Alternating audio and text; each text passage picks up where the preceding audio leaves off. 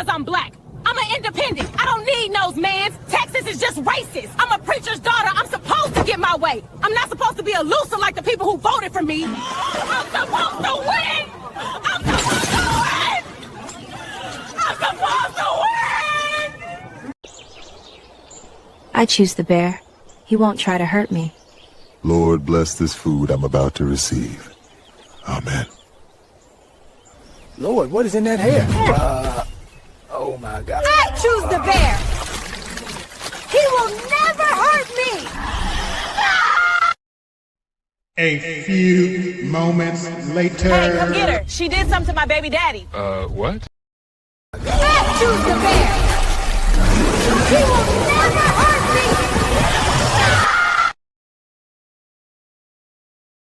Hey, are you independent?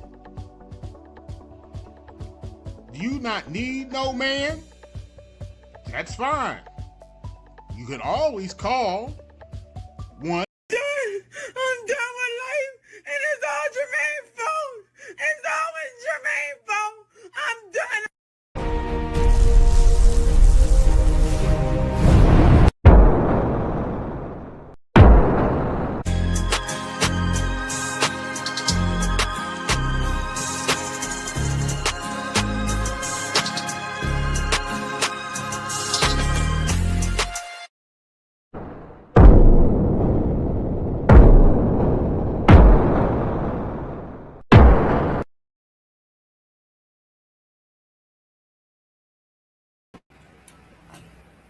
What's going on, everybody? AB Media 83 here, and welcome to Colosseum Night. And all I have to say right now is BGS already done. Already done. He said, is May a pistol? Is May a pistol? What he really needs to ask is, that's your firecracker. Am I difficult to get along with? Am I troublesome? Do I like to argue and fight? That's the question for you. Answer honestly. Put the gun away from my head. Enough said. All you gotta do is blink twice. Blink. All you gotta do is blink twice, brother. Twice for no. You funny. Blink twice for You no. funny. If you use Morse code, we'll send somebody to get you. You're not. Yeah, what you say? Blink twice, we'll get you. Hey, you are great. You are easy to get along with. There is no problem. Yes, thank you very much. Class, this is a textbook definition of, I'm trying to get some tonight, so I'm just going to say what she wants to hear. I'm just saying. Okay, I'm going to ask you that now. I'm done. Thank you, Neil. Thank you for nothing. How do you sound like that? Like this? Oh my God. Thank you for nothing.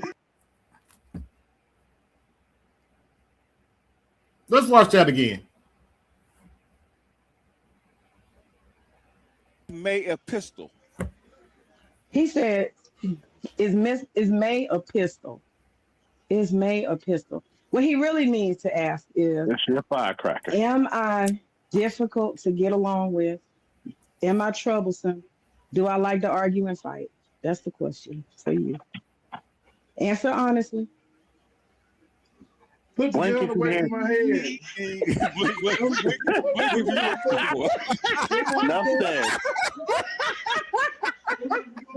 All you gotta do is blink twice. Blink twice for no. You funny. Blink twice for no. Funny. If you use Morse code, we'll send somebody to get you. You're not. Yeah, what you say? Blink twice, we'll get you. Hey, you are great. You are easy to get along with. There is no problem.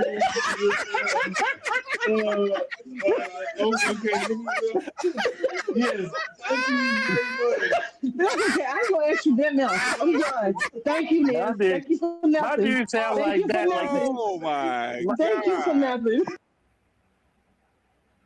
Well, now y'all understand why men like me aren't married. Because I ain't trying to lie like that. I mean, seriously. Linked in the chat if anybody wants to come up. But yeah. I know I'm petty as hell. I clicked that shit. Hey, I know you did, man. I told her she is cooked. Man, I clicked that shit as soon as I saw it. We're gonna have to clip that one, man. Oh, that is hilarious. Okay. I was like, you know what, you're right. We are gonna have to clip it. I screwed back a little bit and clipped it. That is classic, man. You know, he's trying to get some pussy tonight. I ain't No. He's been married 20 years. He don't want to hear this shit for the next 5 days. Okay. Oh, well, that too. Yeah. but he said it the right way. Okay. We all got what he meant. Yeah. I was going to go over your questionnaire session, but I don't feel like that tonight. You don't have to, man. Talking about that thing, yeah. No, you don't have to, man. I'm not that keen on hearing it again myself, so you don't have to. I have to give AI its credit. It's getting good. At least when I'm working with it. Okay. Yeah, it's getting better. It's getting better. My weak cousin, James Lee Chandler. A man unable to lead.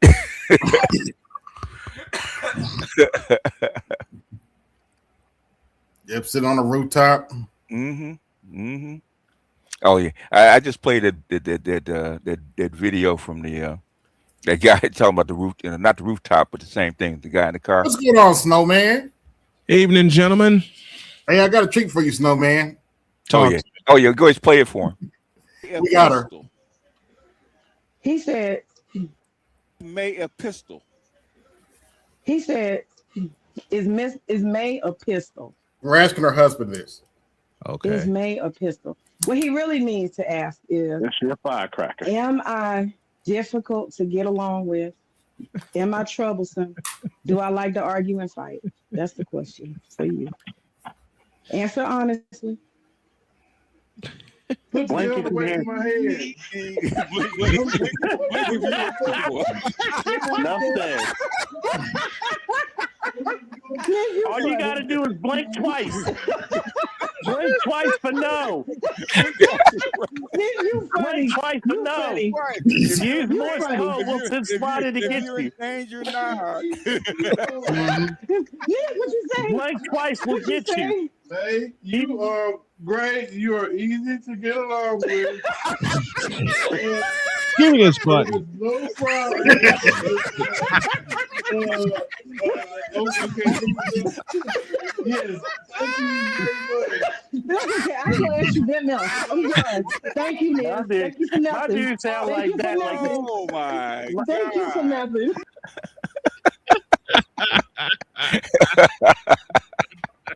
You can't. You just can't make this shit up. Come here. Go ahead. God damn it. You can't make this shit up. And this is why this is the thumbnail. At this point, we can't do nothing. We gotta leave them their own mess. You cannot make this up. Good Lord. She jumped in the oven herself and turned on the gas. Okay, I would cook myself. There's an old cartoon. There's an old Bugs Bunny cartoon called Bugs and Thugs. Mm-hmm. And Bugs pulled all these tricks to get to fake. He was faking like the cops had come there because the thugs I remember that. So he did all these things with the thugs in the oven. In the oven, yeah. First time. So he lights a match, throws it in there, and of course up it goes boom. Boom, yeah. And he fakes like the cops are walking out. He says the coast is clear, fellas. They're gone. They come out and they're all burnt the fuck up. Most of them are burnt the fuck up. Then the real cops arrive, and Bug says, "Jiggers, fellas, the cops. They go hide in the oven again. This is May hiding in the oven for a second time. The same conversation happens, and it gets to when I throw a lighted match in there, if he was in there, and finally the thugs bust out and go, "Oh no, you don't!" They run to the Tom. Take me with you. Take me with you. I get it. Arrest me. Yep. Oh boy. Those 45 seconds that you played, AB, remind me of that classic cartoon. She stepped into the oven, lit them. Well, first she turned on the gas. She had to turn on the gas first, okay? Then she lit the match, crawled into the oven with the match lit, and kablowie. You know the rest of it. Yeah. This is easier. Oh God, I can't believe I'm going to make this comparison, but considering the news I got this week, this is easier than Angel Reese blowing a 2-foot layup. Oh God. Oh shit. Which she did in the World Cup qualifier in San Juan, by the way. How did she make the team? Because she's Angel Reese. I know. She's Angel, because she's Angel Reese and the Gynocracy had a vote. There, that's my explanation. Fair enough. But Caitlin Clark can't start. Yeah. Oh, Caitlin Clark was the most valuable player. I know, and they hated on her for that. They hate. Listen, BGS, you and I called this 2.5 years ago. They are going to hate Caitlin Clark for as long as she plays in the W. Why? Because she's doing something they so badly want Asia Wilson and Angel Reese to do, which is lift the league up to a standard where they're making what class? Money, yeah. Yes. And because Paige, that race thing doesn't count because Paige fucking came in the exact same way. Yep. You do. They don't talk about race with her. They're never going to talk race. They're never going to talk racism with Paige Beckers. Why? Because Paige Beckers sits on the other side of the fence, and no one wants to say that aloud except us. Except us and what's his name, the comedian. He said that because she don't eat pussy. Yeah, I gotta find one. She ain't a carpet muncher. She ain't a carpet muncher. She doesn't listen. Caitlin Clark is engaged. They hate it. Yeah, they hate it. She's a nice, kind Midwestern girl, and she wants to only play basketball. And I'll tell you something else that really pisses them off: the fact that. Not only is the fact that Caitlin Clark is engaged, it's the fact that he shows him off. Yes, she does. Yeah, and basically, fortunately for them, the NBA does not want to give her up. That's how come they paid them probably more money than that's the exact reason they have their equal now. Yes. So now they can get this. They can get the season launched. Yes. I'm in the process of getting my brand together and getting that schedule together. Jody's helping me get the schedule together. The only nights where I won't call games is if she needs me to help her with her projects. Okay. Right. We made that deal after last year because she was struggling a little bit just with her classes. And the late games took a lot out of her too, because y'all know she's my booth producer. Right. You know, and it took a lot out of her. So we made a deal that I may call 38 of the 44 games. It just depends on the schedule. It's quite a few. It depends on the schedule because I did 40 of them, including the play, and I did 40 regular season games out of the 44, and I missed only one playoff game because I was doing an event at a local bar. Yeah, that's it. I made every other game. Yeah. I mean, y'all wrote shotgun for it. I made every other game. Yeah, they would not have made. They would have not gotten that $2 billion contract, TV contract. It wasn't for her. And you want to know what I think Caitlin Clark needs to do? What? Honestly, this is just my opinion. But she needs to go talk to Larry Bird and learn how to talk shit to these girls. You gonna put that white girl on me? She probably did, but still. No, actually, for men, that's fine, but for women, it would go It would left. be flatter than a pancake because they wouldn't take her seriously. And After third- the thing is that then they would really start going after her. So men Exactly. can take ribbing like that and don't take it personally, but women Exactly. take it personally. So Men Yeah, can- I'll take men that back. can take- I men stand can corrected. take ribbing. Men can take ribbing like that. I mean, hell, Michael Jordan, Larry Bird, Magic Johnson did it for years. Okay, let Caitlin Clark, who is one hell of a basketball player, one hell of a shooter, can actually pass the ball. Let her start talking. You know, all last. Caitlin Clark has to do to actually piss off most of the black women in the WNBA is show her off, actually hold up the Nike check. That's it. Oh yeah. Picture. Oh man. She has to do. She'll let her actions do the talking. She doesn't got to say shit. Then got All That she might has actually to be do- worse. All she has to do is walk on the court with her Nikes. All she has to do is what Michael Jordan did for 13 years. Because there were guys before and after MJ, when MJ signed his then record-breaking deal with Nike, George Gervin is an example, that wanted a piece of him. They say, hey, let's take this young motherfucker out to show he can't compete with us. What did he do against George Gervin in 1984? Dropped 45 points on his head. Yeah. I got a little poem that I wrote that I wanted to show everybody. Okay. I have to kind of shout out Mr. Z for this one because I was watching his one of his lives and somebody had posted "Still I Cry" in the track crap like like "Still I Rise." I was like, oh, let me do this for real. Let's see. Down with the patriarchy, still I cry. I'm an independent, still I cry. No, I don't like men, still I cry. Down with the patriarchy, still I cry. I'm an independent, still I cry. No man can handle me, still I cry. I don't need no man, still I cry. I cry. I cry. Still I cry. I got my own business, still I cry. I lost my mind, still I cry. I turned down all the good men, still I cry. And still I cry. I cry.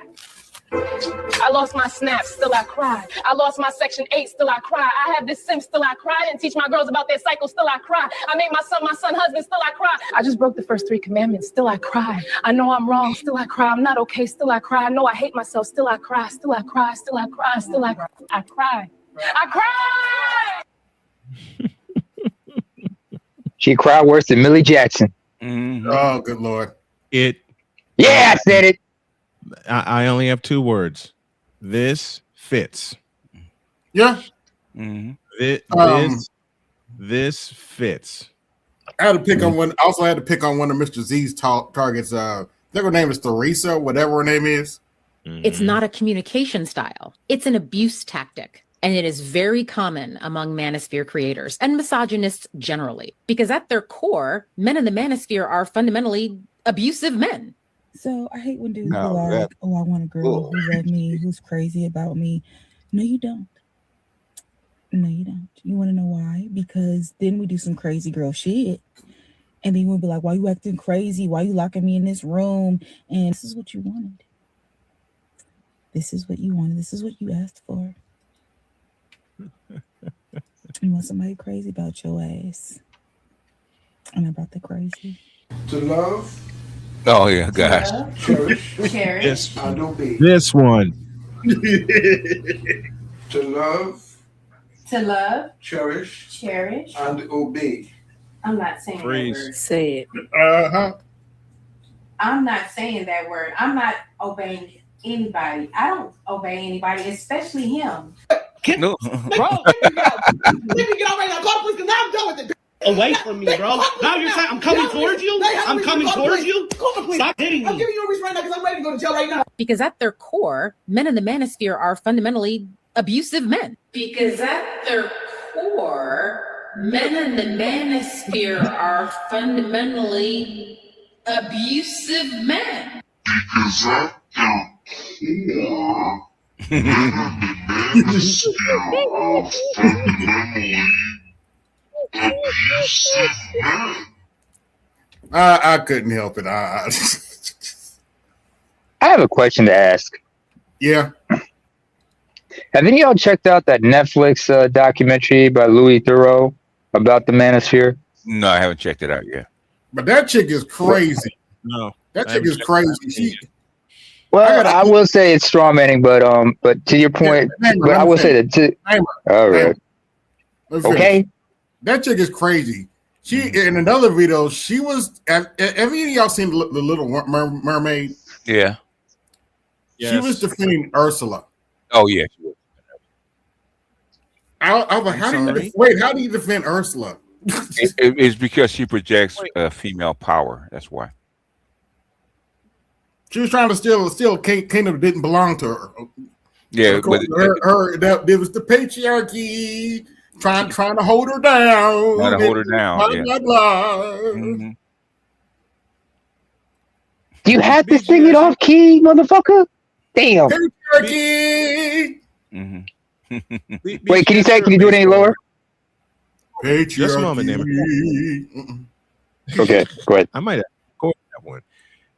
BGS, you're a baseball rat like I. You've seen this. You've seen this before with the clip we just played that we just watched. I beg your pardon. Mm-hmm. I liken that to Greg Maddux telling the batter and the catcher, "I'm going to throw a changeup. Yep.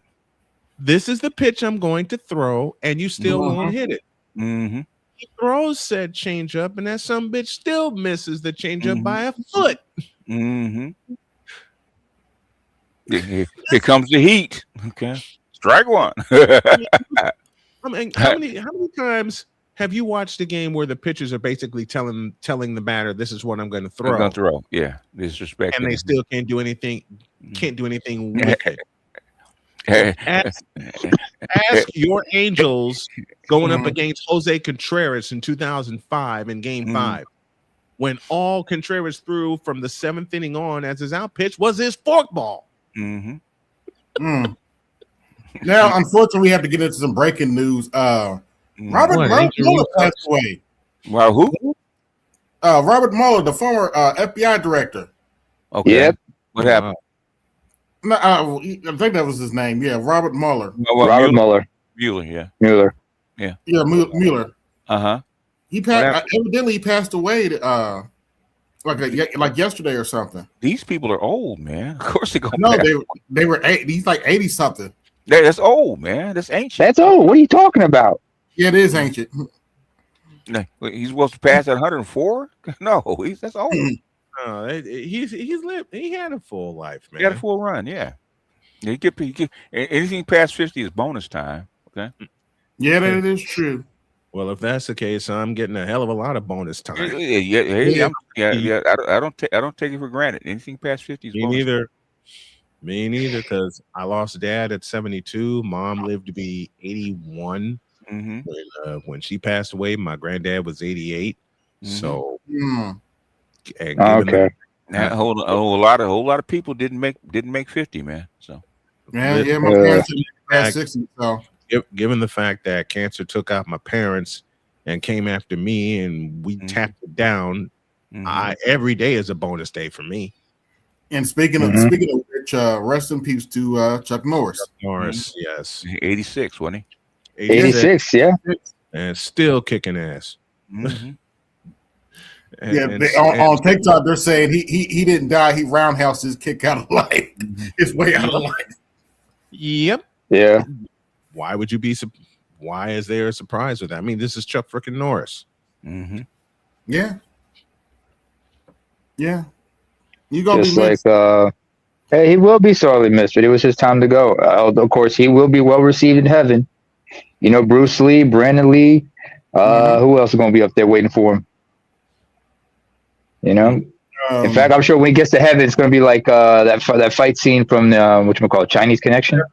I can't think of his name. BGS, you might know.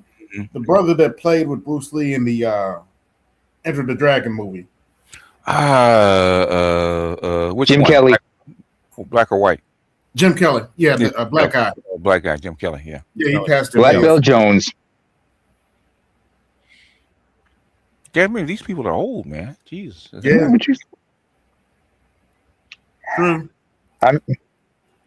I mean, who remember? I mean, Snowman, you remember when George Carlin passed? Very well. 2008. Yeah, that's been 2008. I mean, it was his time to. Was George Carlin ever young? He was like an old. He was. Listen, He was a crank. He was a. Go ahead. Listen, Go ahead. George Carlin. To all the haters of George Carlin, he kept pissing them off every day because he wouldn't go away. Mm-hmm. And every special he cranked out. His first two specials, 1977 at USC and 1978 in Phoenix, Arizona, was just a warm up. And then he had some health problems. And he came back in 1982, and he was going strong ever since then. Mm-hmm. So 82 for me, and I'm still doing research on his early life. 82 was when I kind of first discovered him, but I didn't see his early specials until I went away to college in 1990. Yeah. So the 7 forbidden words. The seven dirty words. He first did that. What's the album? He did that routine first on the album called Class Clown when he talked about dirty words, and then he made a short 7-minute routine of it on video when he did In the Round in Phoenix. But the one you need to see is Carlin at Carnegie in 1982. He had just come back from a heart attack. He had some other health issues. Addiction. Final, yeah. Oh, yeah. Look at the final act he did on that special, Carlin at Carnegie, when he took the most popular act that he created, of course, the 7 dirty words you can't see on television, and he extended it for 14 minutes. I remember one bit he did where he was doing parodies of a radio. Must be earlier. I remember seeing a clip of him making a couple appearances on the Flip Wilson show. Yep. Him and Flip Wilson, they had a great relationship right there. Him and George, and also Richard Pryor. Because you might remember that Richard Pryor. Because remember that conversation we had on Charlotte Stream a few years back when we were talking about the burdens of performance. Yes. And I was making the references of Bernie Mac, and we talked about how Carlin, Pryor, they would go back and forth because they were each other's inspirations. Let's not forget, also you had Red Fox in the mix, Moms Mabley, Fred's, Bernie Mac. I just went back and watched. I just went back and watched the first Transformers. I didn't realize he was in it. Was he? I don't remember. Yeah, he was car salesman. Oh, okay. Car salesman. Oh yeah, he was a car salesman. Shit, I'll go back. I had to Bernie Mac and what's the other guy's name? Anthony Anderson. That movie. Yeah. So go figure. I still go. Yeah, I still remember that scene. BGS. I hate you for this. What I do? I hate you for this. I'll tell you why. I hate you, but I love you for this. This is why. Because of you, I can never see that scene where Bernie Mac and Mike Epps are together, and Mike Epps saying, "So you want to say about Darlene and them kids?" What's that response? I don't know. Tell me. Fuck them kids. Oh, fuck the kids. You know what, BGS? Yes, sir. I should hate your punk ass, but I don't. Whenever you do a video in that series, and I hear the same kid, fuck them Cubs.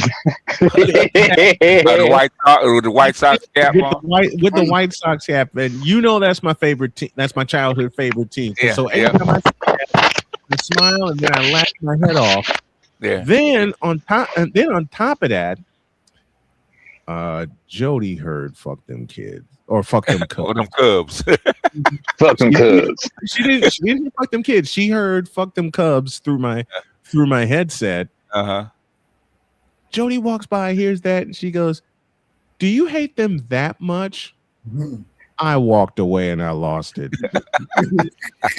And then a few minutes later, she comes back, she sees the thumbnail, hears it again, and she just shakes her head and laughs and goes, "Y'all are fucking crazy."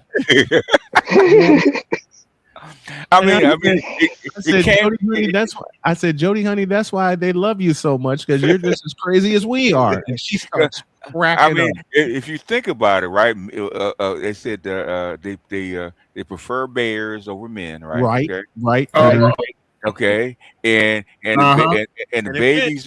babies are cubs, okay. Mhm.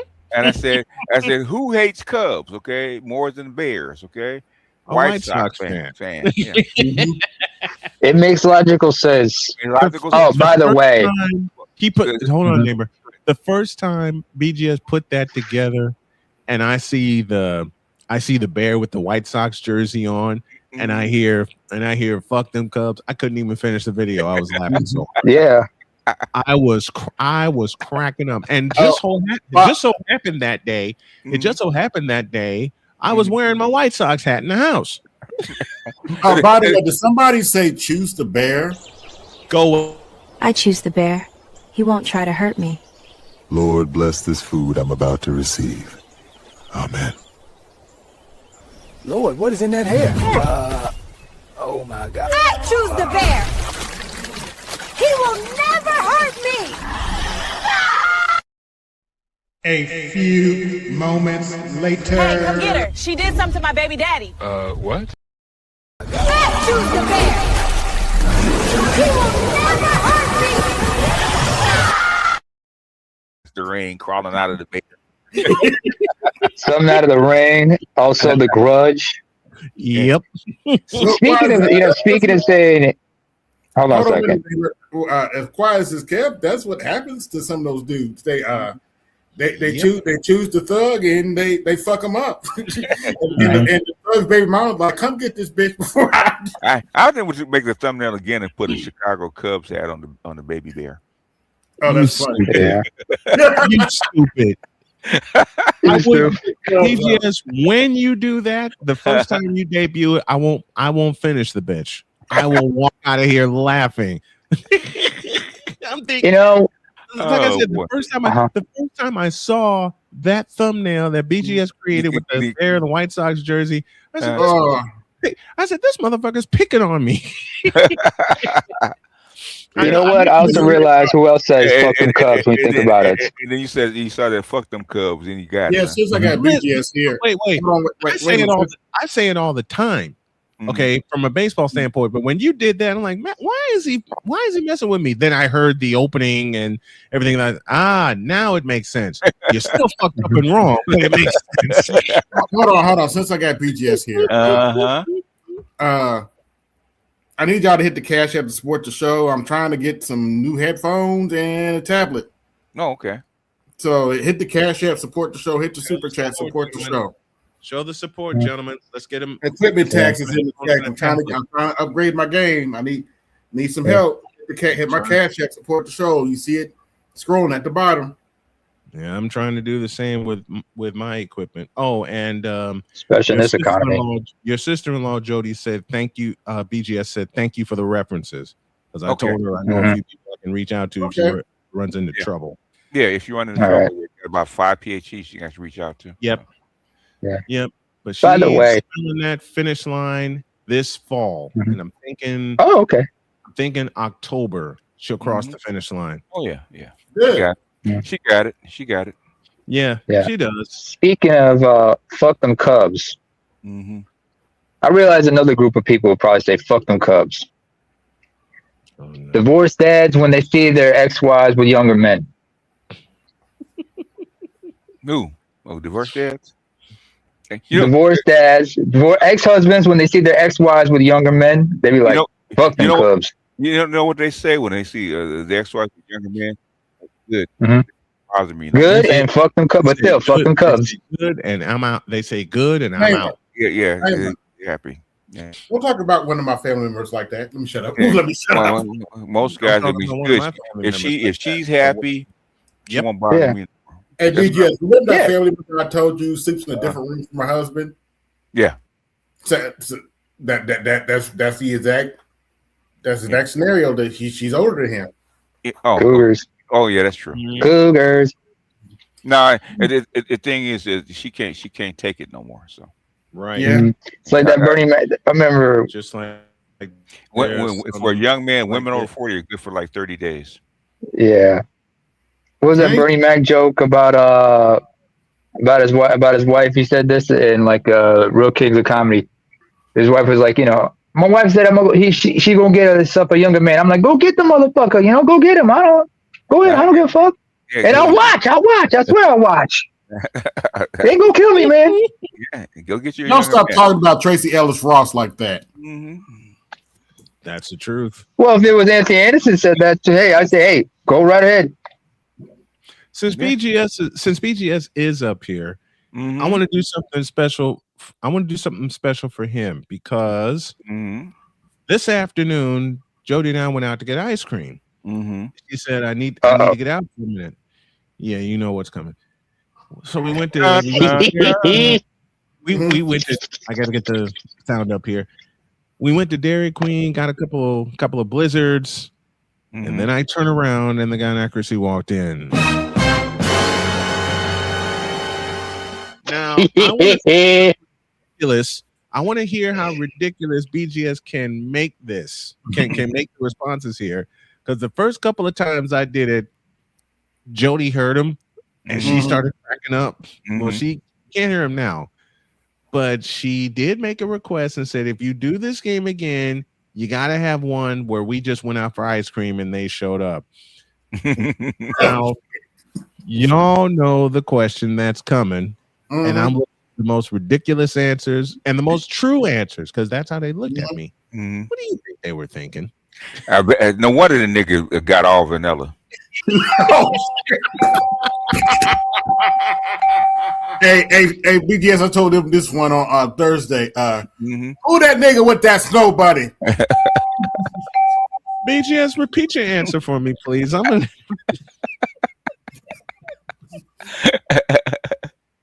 Said no wonder that nigga got all vanilla.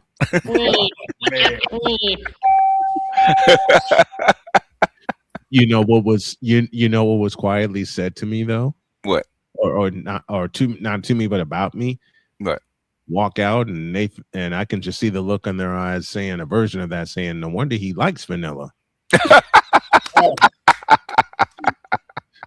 Plain vanilla at that, huh? Listen, when I tell y'all BGS, you know this. You live in Los Angeles. They run in packs. They run in packs, especially in a big city. Good God. I got one. They run in packs, and All-Star G just gave us one. Who this think he is? We give him a bell for running in packs sounds normal for hyenas. That's one I get often. That's from alone. Just from the looks alone. Matter of fact, I'll combine it with this story. Y'all remember 4 years ago when I had my surgery? We went up to Indianapolis. And I had the surgery. Everything was doing great, and then I got moved out of ICU into a regular room. Yeah, then a couple of nurses walked by that were my color and noticed Jody with me. Do I need to say anything else? Nope. Oh, let me couple that with this. They not only saw Jody with me, they saw Cheyenne and Samantha with me. Oops. The look at the nurse's station and the bitch in charge was a part of the conocracy. Go ahead and start it because I already got it. I got one for you. Go with it. Go with it. No, go ahead. Play it. All right. I mean, sorry. Hold on a minute. But they're thinking, damn, I wanted some dick tonight. I got one. You know that one. Why do you think it's a mom thing? You must have a bias that causes you to think black children in this country don't have their fathers in their life. You must be a first or second gen American. First of all, none of your assumptions are true. I am not a first or second generation. I am a Southerner, true and true, descendant of a slave in this country, mom and dad, monoracial black. We're having a whole conversation on this app as we speak about how women connect children to the culture. If you agree that women connect children to the culture, then women, to me, play a larger role in whether or not their sons go on to like, value, and choose Black women. If you are a Black son who grows into a Black man that hates Black women, but you were raised by a Black mother, I have questions, and those questions are for your mother. Really? What the name of George Kittle is that? Hold on, there's another one. Hold on. Mm-hmm. Hold on. There's another one. It's just the way. Well, BGS talks about voices the way I do. It's just the way she says, "I have questions about what." Why you date snow bunnies? Okay. Mm-hmm. But yeah, I said that because nurses are notorious for, fucking that. And listen, I've had in a span of 2.5 years, I had a lot of trips to the hospital, and a lot of those were overnight stays. Mm-hmm. And I already know the answer to this question, and I shouldn't ask this ridiculous question, but since the master teacher and a bunch of my homies are up here, I'll do it anyway. Okay. Why do these just work the desk at night? Does a song from Houdini come to mind right now? Because they don't like dealing with the public, so they want. That's why they work the desk at night. Yeah, because they have bad attitudes. I remember one day, Jody had to go home early because she had to, she had to drive back to Columbus, and then she had to come back up to Indy, which is about 45 minutes. Mm-hmm. She left, and when she left, I caught out the corner of my eye, I saw the way the nurse was looking at her when she left my room. Uh-oh. You want to talk about evil? Yeah. I said, and his mama Black too. Play the next one, AB. All right. Can the moms of Black boys please stop messing it up for my Black daughter? You guys are ruining the assignment, and it's really unfortunate how so many Black women are raising sons that hate Black women. There's a TikTok trend that my daughter just sent to me, and it's basically like one slide of a picture of a young Black male, teenagers, and it says, "You look just like my type" on the first slide, and then the next slide, it lists like the physical attributes that they're looking for in a girl. And the number of these posts that she sent me where Black boys are professing that they want a snow bunny, that a snow bunny is their type, is disgusting, disturbing, and honestly very frustrating. I had to go into the full spiel with my 14-year-old daughter of the politics of dating and how some groups decide to date in other groups, not because of a true desire to do so, but because of a lack of desirability within their own group. It's a very, very deep and nuanced conversation, but can we please stop raising Black boys that hate Black women? Because it starts very young and it's pretty scary. Give me this button again. And guess what she is? She's a psychiatrist in Florida. Oh, that makes sense. I'm sorry. What? She's a psychiatrist from Florida. Yes. PhD. Sounds about right. Yes. Oh, if I only had that sound from Kevin Samuels. I'm a PhD. I've been meaning to record it. God, the fact of the matter is, BGS is right. I need that one too. But for those two clips that you just played, and I know BGS has played them on his channel also, my response is simple. Now that's some bull. Big time bullshit. She is a PhD in Florida. A psychiatrist. Oh wait, hold a second. AB, hold a second. What? No, I got the other way of saying that. AB, you still got that clip of that audio clip of the baby? What baby? Which one? A bullshit. A bullshit. A I have to bullshit. find it. Yeah, bullshit. Bullshit. Yeah. I have to Get it. matter Get of it. fact, let me try and find it right now. Mhm. I have it. Mhm. I'll find it. Take your But time. Take your By the time. way, this that was one. episode of Colosseum Night has been brought to you by Sweet Sassy Rollins. Vote You asshole. Oh, Hey, I still haven't got my ass got. you having too good a time with this, man. Now with extra sassy blue cheese. By the way, AB, guess what I just found? Bullshit. What? Bullshit. I don't know what I maybe Hashtag it's Nama's fault. I have to type it in. Sometimes I have to type it in multiple times, but I know when I got something. That's what I think of that psychiatrist anyway. You're having way too much fun. Man, I don't think actually, right now, believe it or not, I want to go over one of Dr. T's videos. Okay. His Okay. videos. I was fairly impressed with his videos on black men and their mothers. So let's. Oh yeah. This is a hit right here. Mm-hmm.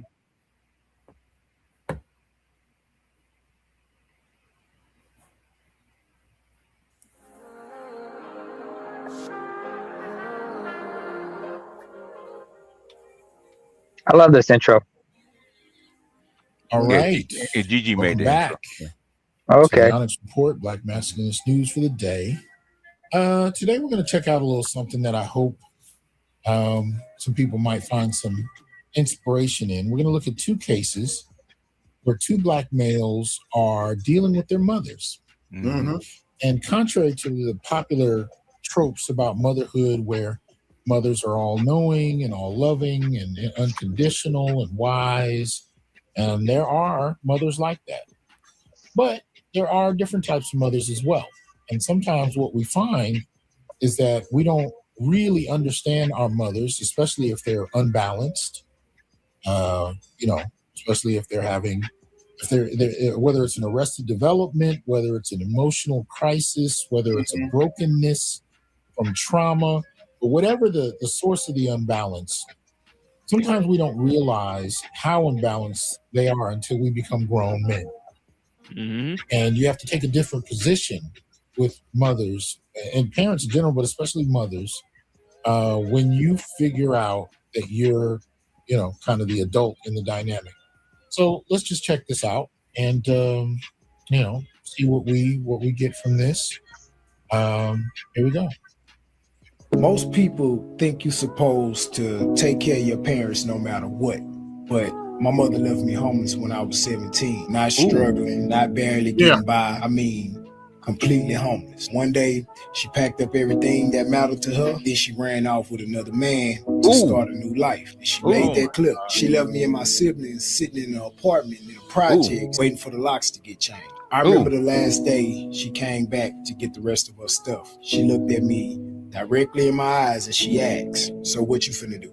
And I stood there hoping my mama would say, "Come with me," but she didn't. She grabbed the rest of her stuff, walked out the door, and left me right there. I'm gonna say before you will, BGS. Unfortunately, this is very common. Very common, yeah. It is. It's very common. I've heard stories from dudes that got kicked out at 16, 13. Oh yeah, it's very common. And when, back in the day, at 8, 9, and 10. So. Damn, really? Oh yeah, my lawn man, he got arrested because he died when he was like 102. He told me he was in New Orleans and his mother found a new man, and at 10 years old he got put out of the house. Had to go live in the street. Yeah. It's not new. 17 years old. No plan, no guidance, no mama, just the streets. So I took it to the chin. I slept wherever I could sleep, pillow the post with my baby mama. Eventually, I got a job. At 18 years old, I got my own place. And I started building a life for myself. I became the man that nobody invested in. Fast forward about 12 or 13 years later, my phone rang. Hey, son, it's your mama. She had just been put out. Now, she needed somewhere to stay. Shit. I had it. I had the space. I had the money. I had the resources. For a moment, my heart wanted to say yes, because that's my mama. But then my memory kicked in. Flashbacks of being 17 years old, standing outside that apartment, watching my mama walk away. So I told her, no, mama. And I reminded her, you remember when you left me homeless? I had to figure it out. And I told her, you have to figure it out just like I did. Would you believe she hung up before I did? And I'm not gonna lie. I sat there for a moment, shed a few tears, because denying your own mother somewhere to stay hurts. But boundaries matter. Some people think forgiveness means access. Exactly. That's something I'm gonna start putting. That's something I'm gonna have to start pushing. Forgiveness does not mean access. Yeah, we forgive, but we don't forget. Yeah, Exactly. I could actually share a story on that. Yeah, one of my sisters, she was all mad at me, and she was like, "Oh, I'm never gonna talk to you again because you didn't help me when I needed help." So I'm like, "Okay, fine, if that's what you want to do." And then days later, she was like, "Can I borrow some money?" You know what? That's one of many conversations I've had with the women in my family. Most recently, my sister, after my mom died, and Nicole was giving me the shits when we drove. Jody and I drove from North Carolina to Indiana. Eventually, our destination was Chicago, so I can say goodbye. Yeah, money was the first thing Nicole started talking about. Yeah. And I said, really? You're gonna do that? And she threw all of these insults, excuses, blame, and Jody was sitting right there. Yeah. That's one of the times with the women in my family I never felt more disrespected. And remember, 2019, the year I got married, Nicole was supporting this. She was supporting my marriage. 2 years later, I get cancer, and you all know the rest of the story. Yeah. She turned her back. Mm-hmm. And just to add to what I just said, just real quick, to add to what I just said, like I told one of my other sisters about what happened, and you know what she did? What? She was like, "Can I borrow some money too?" Oh my God. Fucking good. Oh my God, that sounds right. Depending on how much money it was, you know what I'd have done? Okay. I said, I'll loan you the money. If you do one thing, okay, I want an apology in writing. Yeah. Well, for my first sister, the only reason why I lent her the money because it's like like her nephew. No, listen to me. He's about my daughter. No, listen to me. Okay, make her put it in writing. Writing. Okay. Yes. So next time that shit comes up about what I don't do, okay. Oh, hold on. I got something for you. Okay, read this. They're gonna know exactly what it is. I learned that from my daughter when she used to act up in school. Right. I made her apologize to the teacher as she gives that teacher an apology in writing. Okay, that's what she didn't. I forgave my mom, but she doesn't get the benefit from the man I became without her investment. You can love someone and still refuse to let them benefit from the damage that they cause. Yes. Because sometimes the harvest people reap is the seeds that they planted. Yeah. Yeah, she knew what she was doing. You read what you saw. That was incredibly powerful. Incredibly powerful. And it goes against the tropes that we hear about mothers and whatnot. And I love the way he handled it. Love how he decided to look at it, not holding on to any grudge. Actually, when you figure out how to forgive someone, it doesn't necessarily mean that they can have their way. And I like how he said it. Boundaries matter. You know what I mean? I think that was an important distinction to be made. And it's a sign of maturation, to be able to parse hairs on what's important to you. And that was that, he understood that his mother was not balanced, but that does not mean that he has to sacrifice his peace to come in and rush to save her when she was unwilling to do what a mother should do. And I need to point out something else that came to mind listening to him when he talked about the age he was when she left. He was 17. So even around 17 or 18, what we hear in the Black community, especially with boys, is you have to leave my house at 18. Yep. This is something mothers will definitely tell their sons. We have this antiquated idea that somehow at 18 you're ready to have your own place. And that's never really been the case. I mean, even when I was graduating high school in 1992, none of us were really in a position to have our own apartments. Hell, we couldn't even afford to have roommates. We didn't have jobs that allowed for that. And the only jobs we could get, you had to spend years grinding in them just to pay the bills to keep your head, slightly above water. But you didn't really, have the time to go do the things that would put you ahead in the future. So it was just extremely difficult. And yet there was still this prevailing idea as a Black young man at 17, 18, you should just be really ready to take care of yourself. Even if she's leaving all of a sudden out of nowhere, you should just be able to leave and do that. And that's an incredibly difficult position to put any young person in. So I appreciate how exactly he handled that. But I also wanted to point out this idea that's been very popular in the Black community for some generations now, especially as it relates to boys. You just got to get out and make it happen. And say sometimes 16, somewhere between 16 and 18. I've heard it as young as 13. This idea that you're a man now. Oh yeah, how many older brothers that are 12, 13, you have to go out and make it happen because mama need the money. Yeah, without training, without it, you expect him to go out. It's like trying to throw. It's like you never taught the kid to swim, but you throw him in the deep end anyway. And he'll figure it out. If he dies, he dies. If he dies, he dies. Right? Yeah. Yeah, that very true, Ivan. Very true. But I will say this: a prime example to everything I remember was like when The Rock, Dwayne Johnson, talked about his father, Rocky Johnson, who grew up in Nova Scotia. He had a very contentious relationship with his stepfather, where he almost killed him in self-defense when he was 13 years old. Cops told his mom, and this is in 1940s Hamilton, on Nova Scotia, Canada. Either the man's got to go, or your son's got to go. Hamilton, Ontario. No, not Hamilton, Ontario. Sorry, Hamilton's Nova Scotia, just outside Halifax. They had a Hamilton there. They have a Hamilton, Nova Scotia. That's where he's from. So when he was 13, Rocky Johnson had to leave home. He ended up making his way to Ontario, to Toronto, and that's where he started in professional wrestling and everything. That was the only way he could survive. He told that story, and his son said, "Oh, I understand why he was the way he was." And he explained that on a podcast. So, and to this point here, trying to understand your mom and everything, I'm like, I can understand why my parents were the way they were, given the trauma they went through in the 70s. Yeah.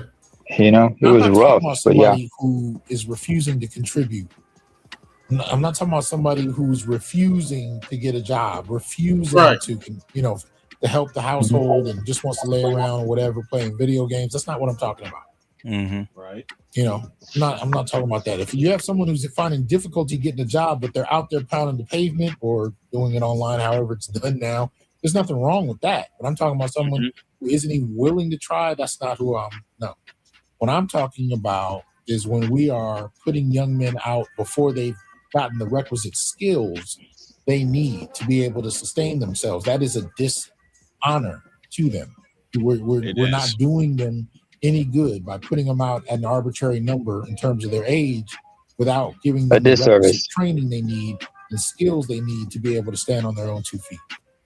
Yes. So I applaud him for that, But even the way he dealt with her, I like that he told the truth about how it hit him. He said he shed a few tears. And another post I put up, I think it was on Facebook, I was tripped out at how many men were performing this idea that when your mother is acting a fool, it shouldn't bother you. You should be Teflon. That's unrealistic. as you're going to see in this next situation, it may be one thing to deal with a girlfriend who's acting out of pocket or whatever, but a mother, that's a hard. Yeah, when I got to a certain age, I just started taking certain stuff from my mother, and she backed down. Mm-hmm. Oh yeah. Oh yeah. My oldest bro, I never had the heart to do what he did, but like when my mom came to visit, like across the country, like what he did was like he actually made a tab for everything that she ate and drank in his house. It was like, you gotta pay me back. No, that was brilliant. That was brilliant. That's brilliant. Love that. Love that. Mm-hmm. I wish I'd have done that. I wish I would have done that in 2011 when I took my ass down to the office and got food stamps and was ready to get myself situated, and then it got intercepted. Guess who? Mom. Mm-hmm. Yep. A perfect example. Check this out. No, you're a dumb bitch. Don't forget it. So, hey, Mm-hmm. come see if we can make amends. It's been over 5 years since we've tried to sit back down together and have a conversation. And where were you raised? In a mixed cultural community. And you still what? Excuse me? You're still what? God's child. No, you're a dumb bitch. Don't forget. Wow. I've seen this clip, so I know where this is going. Yeah, that kind of especially what she says. See where he dipped his head right there. I'm going to pull it back a little bit and let you rewatch that part. I just wanted to point out that was the moment he broke. Mm-hmm. Everything after this, he's trying to keep up a brave front, and I don't fault him for that. Because with some people, the more vulnerability you show, the more they try to hurt you. Yeah, they do. Yeah. So I'm not mad that he tried to keep a shield up. He tried to keep a brave front up. But that moment right there was when he broke.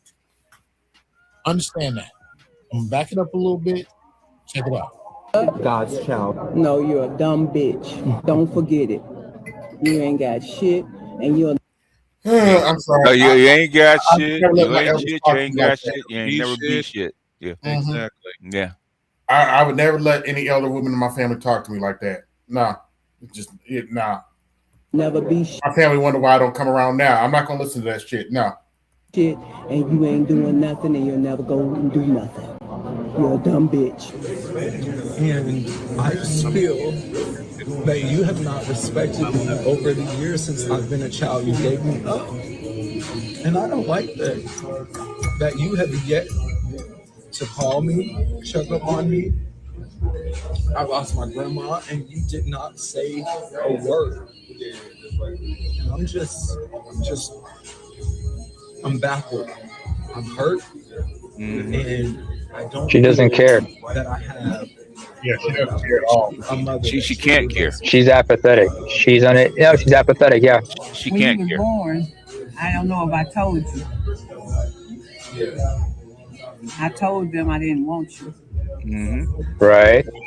And I'm gonna be honest with you. I still don't. I still don't want you. And what I want to do, and don't cry. What I want to do is, I want to hear you. I want to hear what you got to say, and I want to let you know I can't love you because I don't love myself, and I have to work on me. You want me to work with you, but I got to work with me first. I'm the most important person. You were loved. You wasn't in an environment where they didn't take care of you and they didn't do something for you. So you can wipe them tears and you will never be nothing. I know that's what I said, but something in me say you will be something one day.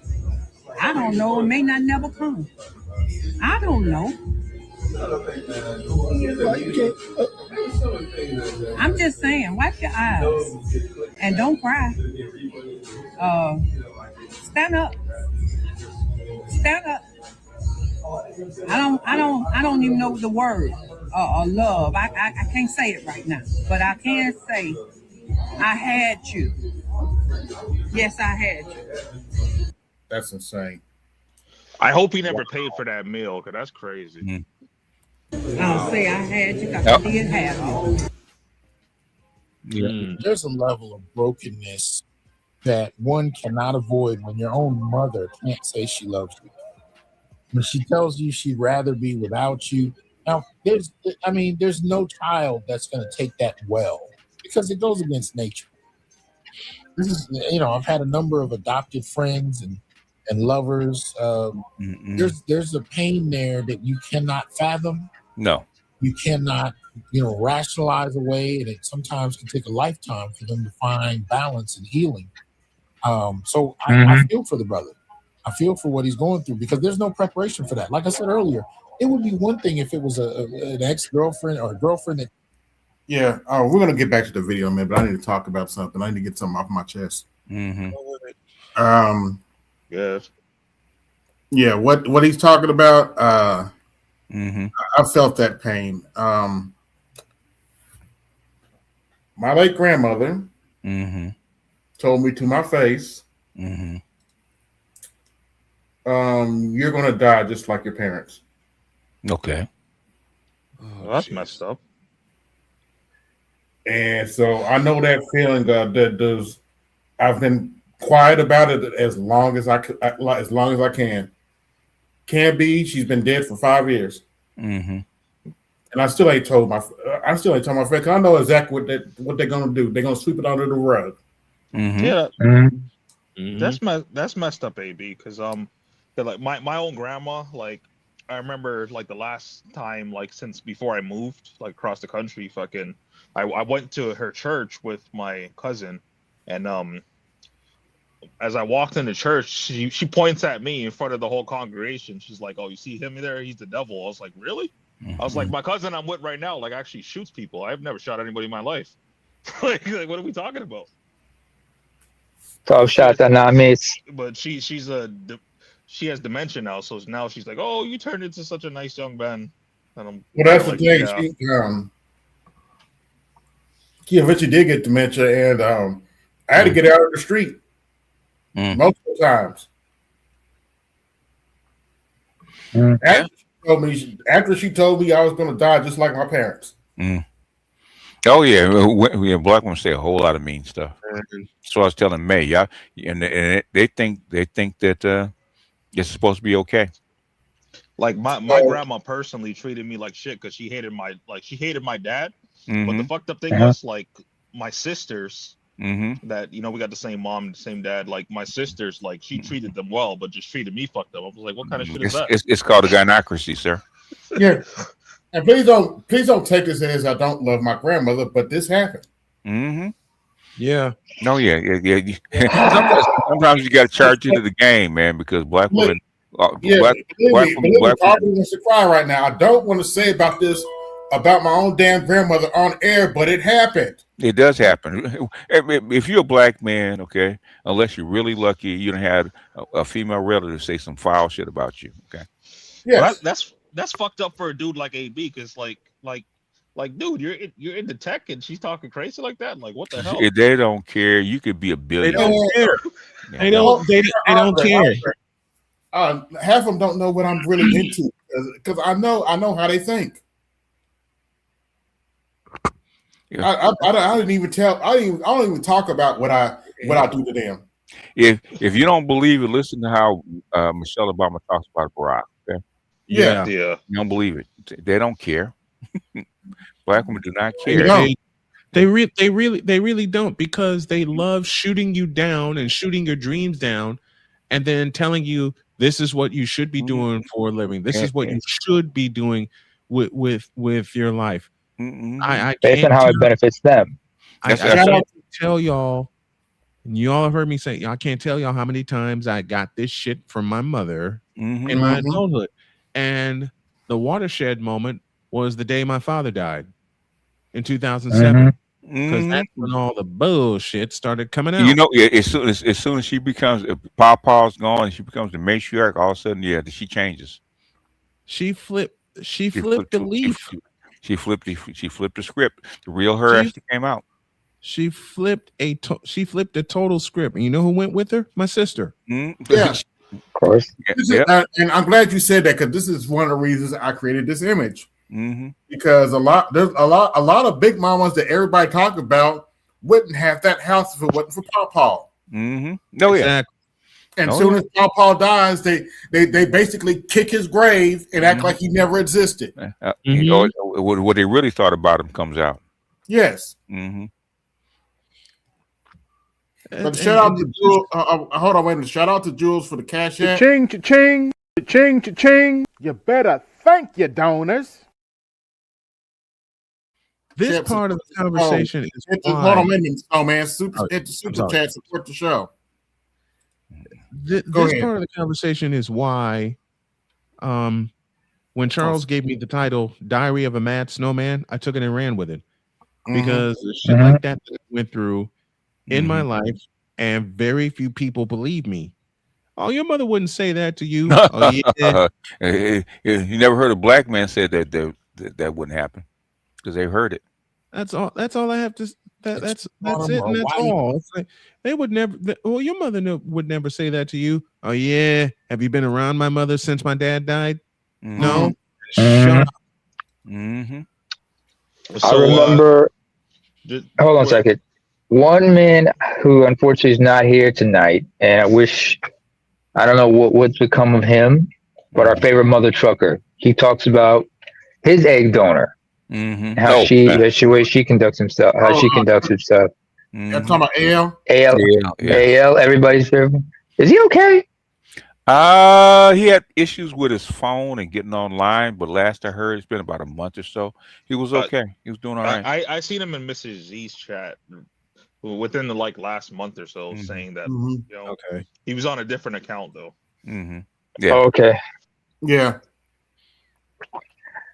Last I heard, he's okay, but yeah. Let's get back to this. While I look up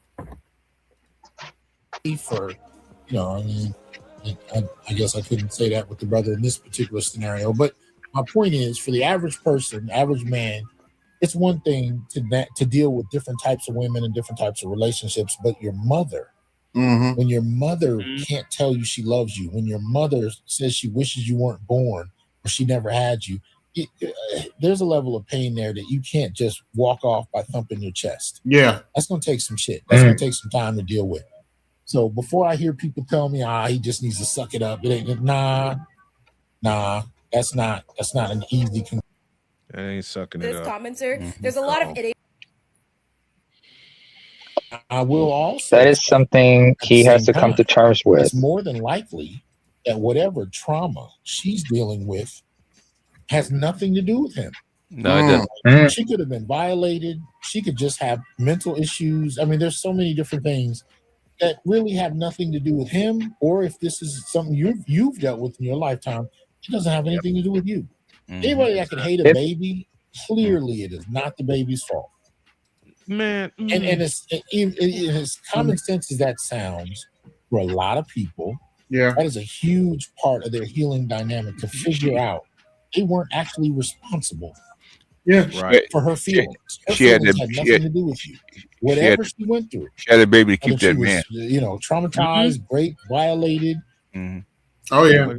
Maybe maybe he was the product of that. Baby. Maybe she They'll keep blames a nigga baby for not being able to live her life the way she dreamed it. You never know what it is. And when the man didn't stay, she hated it. Could be all kinds of There's things, but at the end of the day, that's not his fault, and he needs to, at some point, whether it's through therapy or meditation or both, he needs to come to the conclusion that is not something he can control. It is not his fault, and it's not his responsibility to make her love you. He got it. I've been talking about this for years. I practice detachment. Detachment, which definitely that was not crazy. Tied to any one religion. It's not tied to any one spiritual practice. It's something you can practice within whatever it is you're doing. And it simply just refers to the idea that happiness can't come from outside of you. It can't come from material resources. It can't even come from other people. A person can't make you happy. Right. Essentially, choose to feel happy around certain people. You choose to feel happy because you may have gotten a new car or you may have gotten a raise. Those things titillate you for a while, but they can't sustain you. The only type of happiness that's long lasting comes from within. Yes. And so everything else is temporary. So you don't go into it expecting anything. And that's the whole point of detachment. You hold no expectations. The goal is to be able, if you had to sit in this conversation, the goal you want to get to is where you can sit in this conversation and have no expectations of her at all. Now, I would say most people, even if you're practicing detachment, that's going to take some time and you may not be able to get to it in the moment, and that's okay. But the goal is to reach a point where you carry no expectations of anyone or anything. You enjoy life, you make choices, you do what you do. You know, you may want to have a family, you may want to be alone, whatever it is, but you make those choices and decisions. The only difference between anyone else and yourself is that you understand that those choices are not because you're hoping something outside of you will make you happy. They're just things you choose to do. But you know your happiness doesn't come from outside. You have to cultivate it inside. Right. You actually have to give yourself grace. You have to forgive yourself for the mistakes you've made. You have to let go of the different things that you've been doing over the years to punish yourself about a variety of things, including other people's actions. Yes. We, especially during childhood, we make their actions about us and we punish ourselves. And especially as a child, that's nothing you're responsible for. So we have to learn how to let go. Because often what we do is we carry things from childhood into adulthood that we haven't unpacked. So something that, you decided on at 5 years old in terms of something that hurt you, we often carry that into our adult years, often not realizing that we're still holding on to it. So the goal is to, every time you run across something that makes you uncomfortable, figure out what attachment, what expectation did you tie to it and let it go. In this scenario, the reason he's crying is because there's a part of him that expected her to say that she loved him, expected her to give him some type of affection to prove that his existence mattered. And because he was waiting on that from her not doing it, hurt him that much more. And some people will take pride in the fact that you're hurt and twist the knife just to get a reaction. Now, she did do that for a minute, and then you could tell there was a moment where she felt that she even went too far. She tried to pull it back, but she could not say she loved him. So most she could say is, I had you, right? Yeah. But the thing that was hurting him was not so much just what she was saying, it was that he was expecting something from her. Had he gone into this conversation expecting nothing, he wouldn't be disappointed. He would just be able to listen to her. Like I said, that's not something everybody can do in the moment, but that is the goal, in my humble opinion, to get to in life. But you expect nothing of nobody. And if somebody gives you something or good things happen, hey, this is great. It's icing on the cake. But if none of those things happen, I was explaining this to a friend of mine once, and she was like, I don't understand what detachment is. I'd driven over to her house. We were hanging out talking. I said, okay, let me ask you a question. I said, if I promised to give you $500 before I left your house, and I got up to leave and didn't give you anything, how would you feel? She said, I'd be pissed at you. I said, exactly. I said, but I'm about to leave, and I ain't giving you no money. Are you mad? She said, no. I said, do you know why you're not mad? She said, no. I said, because you're not expecting $500. The expectation is what brings about the pain.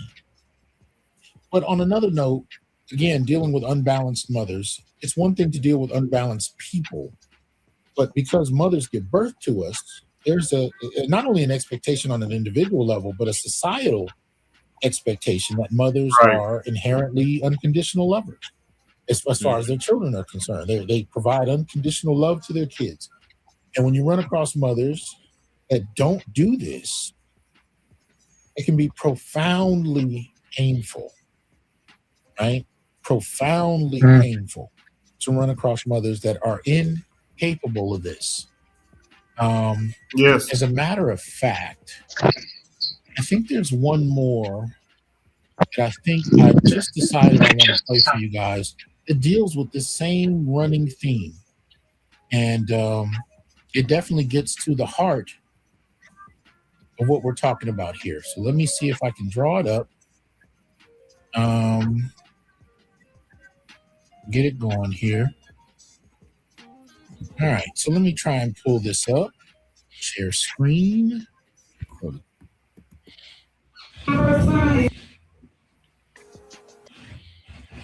Could actually be playing.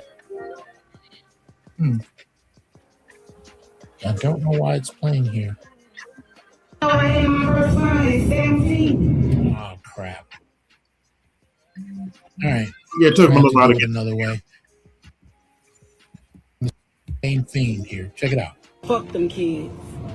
I had my first son at 17. Ain't no way I could do everything right. Nobody taught me how to be a parent. When I first had my kids, I thought beating them was the answer. I was gonna force them to respect me. I was gonna force them to listen. Force was gonna come. I was putting my hands on them. I was ready. I was coming with it. I was putting my hands on. I got 4 sons. I was putting my hands on these folks, squaring up with these folks, ready to fight.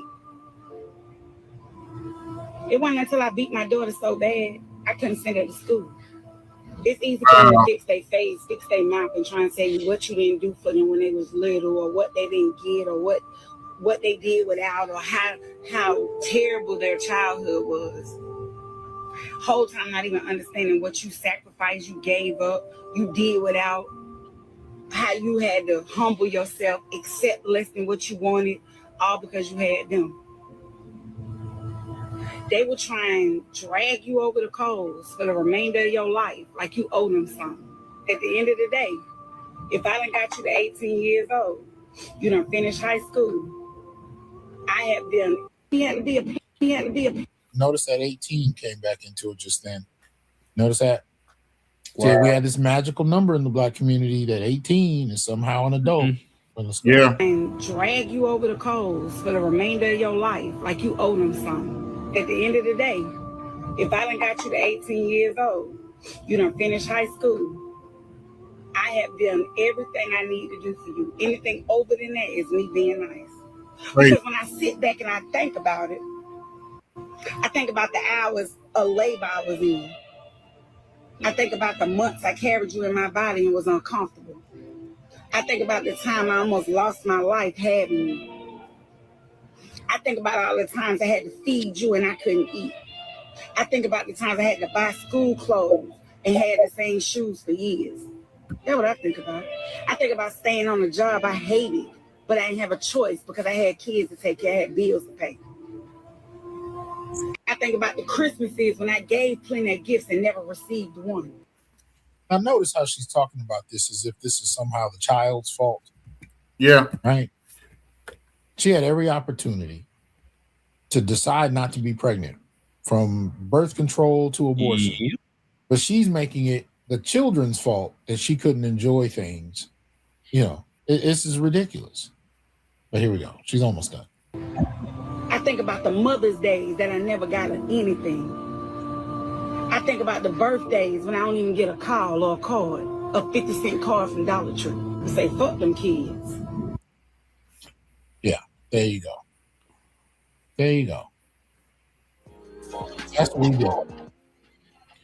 We're dealing with, sorry, making this adjustment here. We're dealing with this kind of unending pain and the inflicting of one's unhappiness on the child. And if you were this child, if you had this mother, let me just tell you, you are not responsible for her feelings. As a matter of fact, you're not responsible for anyone's feelings. Right. Everybody chooses how to feel in every given moment. Mm-hmm. Especially when you hear somebody tell you, you made me feel this way. Bullshit. Regardless of what someone does, you choose how to respond to it. She decided to make this her children's fault.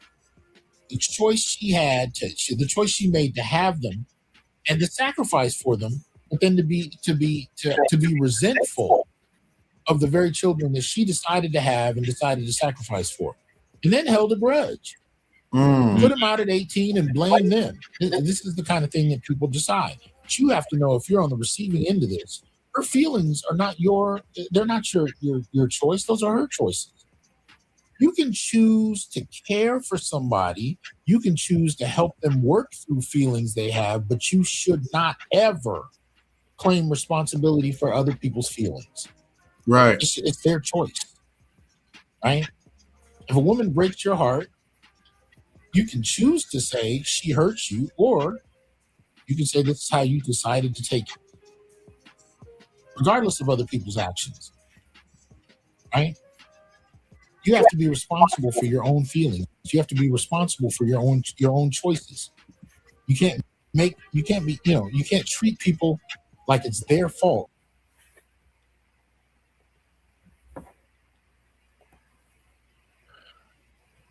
Yeah, it's loading, but yeah. But he's right. Yeah, your feelings are a choice. And how you deal with them is also a choice. And if it's their own fault. And we tend to carry those decisions into adulthood. But once we reach adulthood, we have to learn to be responsible for our own choices and feelings. And that doesn't have to be a negative thing. I want you to take it as a liberatory thing. That you're not responsible for other people's choices and feelings. Which is particularly difficult when dealing with women, because women are very quick about how you hurt their feelings. But the world doesn't revolve around their feelings, and you shouldn't either. If you choose to do it because you care for somebody, that's one thing. Mm-hmm. But by and large, never forget that other people's emotions are not your choice. You donors. They're not really your responsibility unless you choose for it to be for a given person. Mm-hmm. But no. Think of it like if you have a child and the child is mad at you one day because you didn't let them have ice cream, and another day they're happy about whatever. It's how they're not going to like certain things that you do as a parent, and other things they're going to be cool with. It is what it is. You can't have your world revolve around whether they're happy about something or not. Mm-hmm. You have to do what you have to do as a parent for their well-being, whether they understand it or not, whether they like it or not. Mm-hmm. But at the early ages, they're learning how to manage their emotions. And this is something my father used to talk to me about. I remember he started talking to me about this when I was in middle school. He started to tell me emotions are choices that we make. And I couldn't understand, because if I got mad because something happened, my emotional response was so fast that I didn't feel like I had anything to do with it. I thought that whatever happened, was just my response to it was directly responsible for that. He said, no, it's not it at all. He said, you choose your emotions, like putting on clothes in the morning. Mm-hmm. You choose how to feel about certain things. You can, and this is the liberatory part of that. You can choose to do things another way.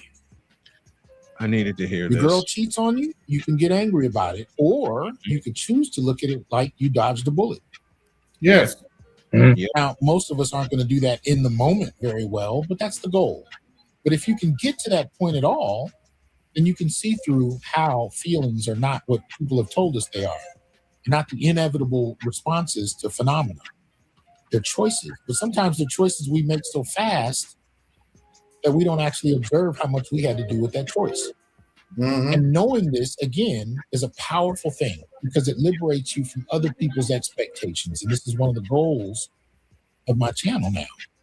I want to liberate Black men from other people's expectations. And that starts with Black men knowing that they are not subject to other people's emotions. You not have to act out other people's dramas, other people's plays, written plays in their head that you're supposed to act out, and you've never even gotten the goddamn script.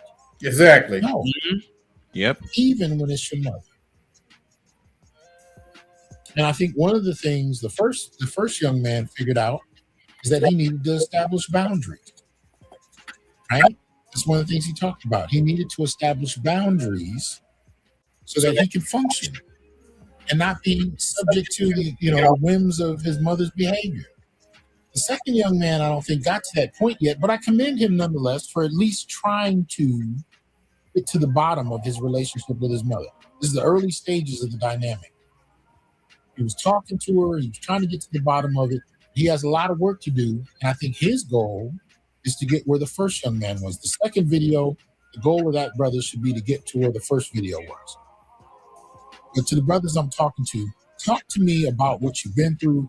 Talk to me about your experiences with unbalanced family members, particularly mothers. Talk to me about how you managed it.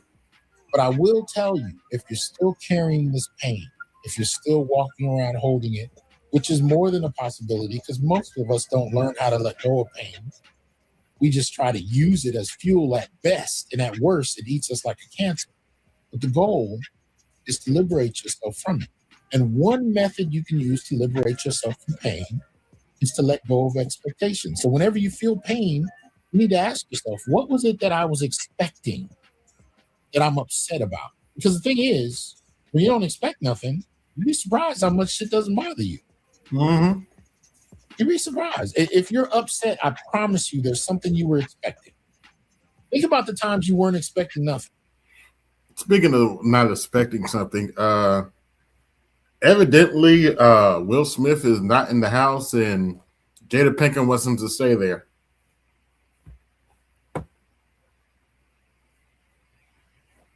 Could you repeat that? Okay. Evidently, Will Smith has been kicked out of the house and Jada Pinkett is not ready for him to come back yet. I guess the proceedings have begun. Yeah, but let it play out. In other words, he slapped Chris Rock for nothing. I mean, he already paid for it, you know, what he did at the Oscars, you know. Yeah, he did. Because he did. No, he did seriously. Because of what he did at the Oscars, they stripped him of his Oscar win, so that he no longer has that. He's been banned from the Academy Awards. It was supposed to be 10, but he got it reduced to 7. And he's had to rebuild his career after that. I mean, the Book of Eli, you know, that got canned, but Bad Boys 4. Yeah, but Bad Boys 4 helps him bounce back. But he'll pull through. He just needs to get this monkey off his back and then bounce back. Right now, him and Jada, thank God. Yeah. But he finally came around. That was just of a Dr. T screen. Now we're going to have a little fun and take a little peek at a debate BGS had earlier this week. It's the reason he's probably not on. He's exhausted. So let's take a look at this debate here. Start from the beginning. We're not going to look too long, but still. By the way, like, share, subscribe, hit that Cash App, support the show. Hit the Super Chat and support the show. Hit the Cash App. Equipment tax is in effect. The internet's pretty slow this week, huh? Yeah. Fuck Sprint. That's all I'm going to say. Mm-hmm. Hammering. What about the opposition leader?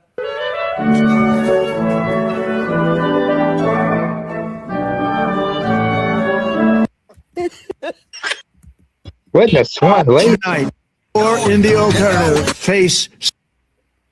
When I told you, hey, Clinton will lose because of what she did in Benghazi.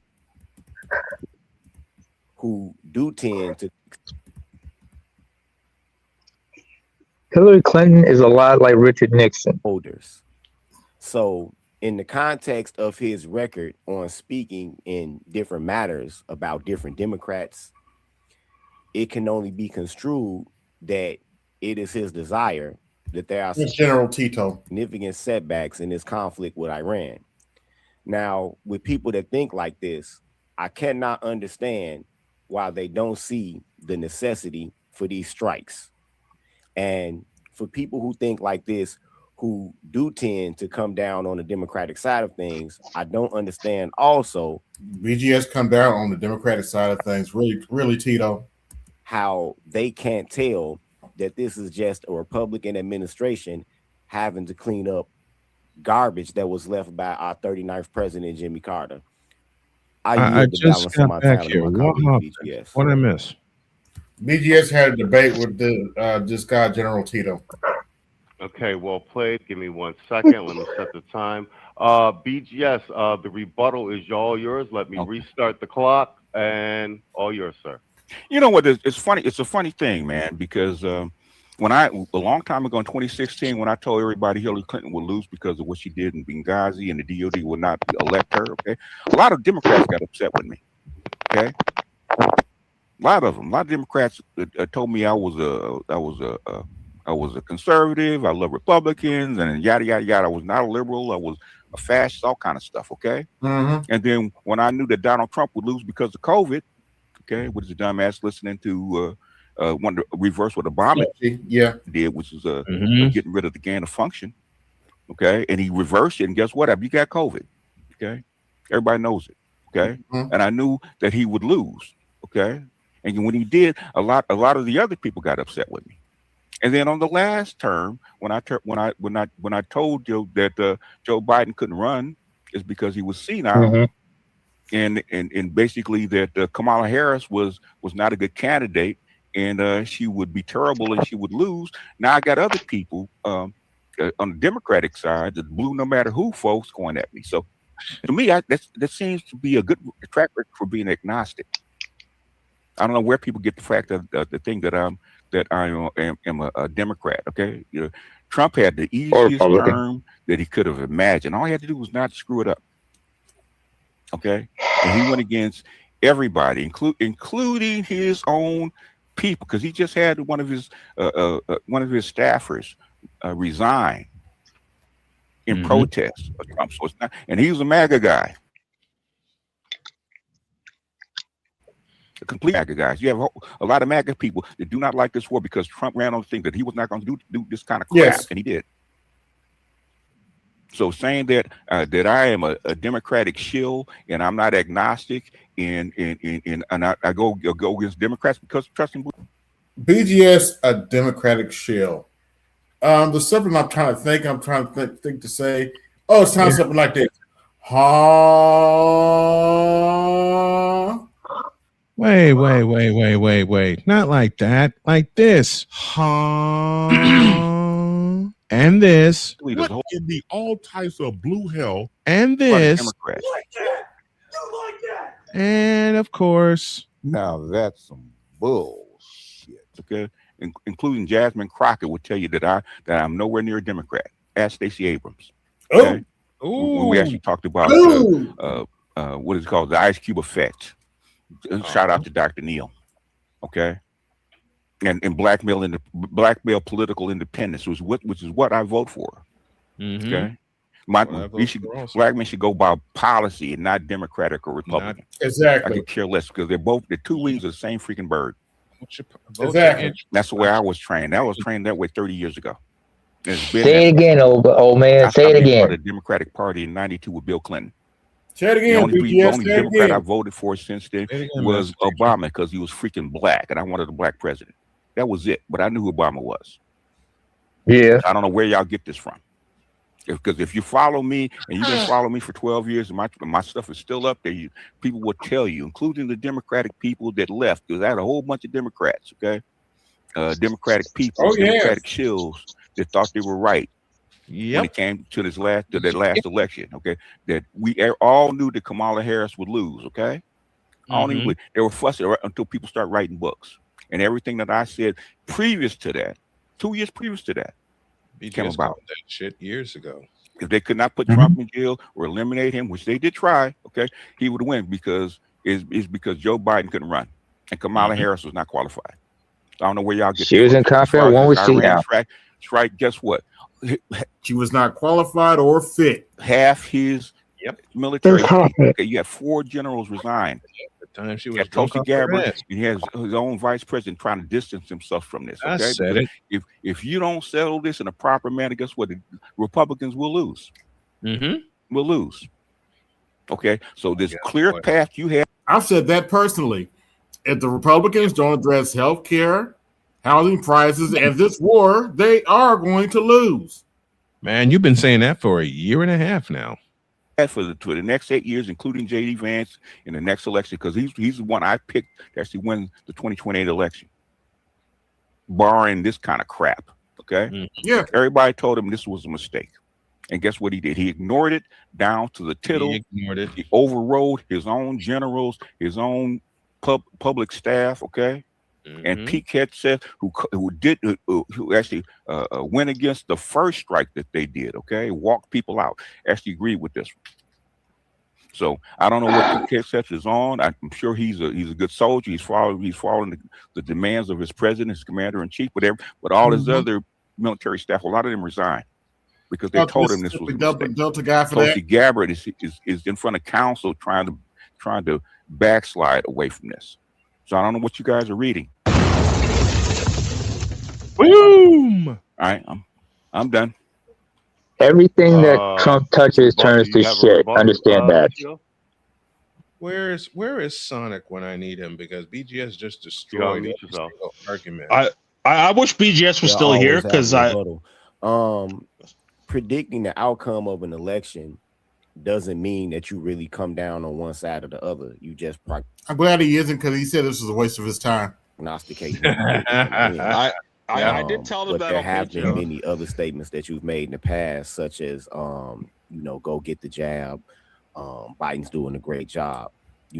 That's one thing. BGS wasn't saying okay anyway. But he didn't say that. Your repeated use of the word crap. Wait. Describe the now he's just straight up. Now he's straight up lying against Iran. Y'all let it play. I don't understand. So how is it that if you're abreast of politics and foreign affairs, how does anybody not see the necessity for this over the horizon? How does anybody that it's a necessity to fuck up another country? AB, did you see today that apparently Trump, he was doing an interview and he said that he has a 100% approval rate from MAGA, and he seen this on Andre, I don't care. That lives in a Western country think that it's perfectly fine to potentially have a nuclear exchange in the Middle East that will one day endanger the whole environment of the planet, people's respiratory health.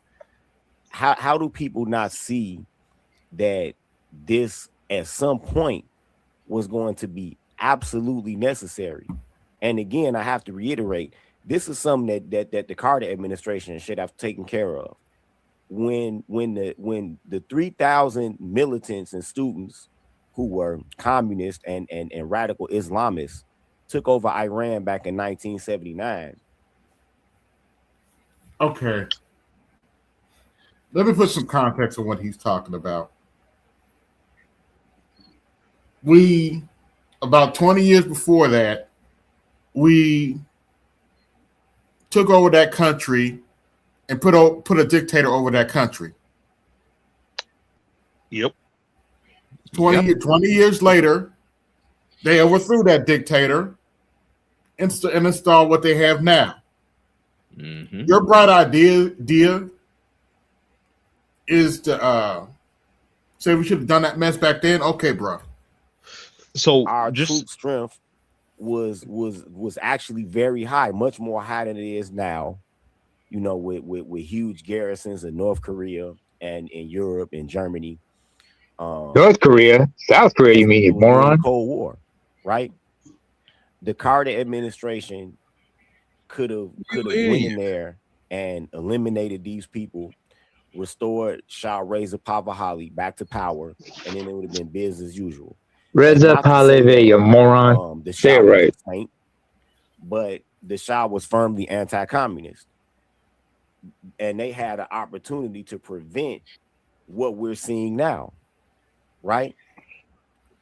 So how does anybody look at this and not understand that it's a pretty good certainty that Iran already has nuclear weapons? They probably just don't have a stockpile. They don't have a reliable means. Can I laugh now? I completely disagree. Jerk reaction from Israel and the United Yo, States. can you pause for a minute, please? The only thing that you can Just pause. is that Iran already let it has roll. a Let it roll. nuclear weapon.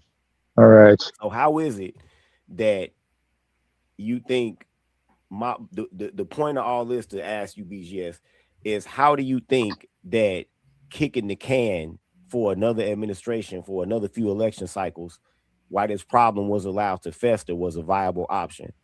I yield my time.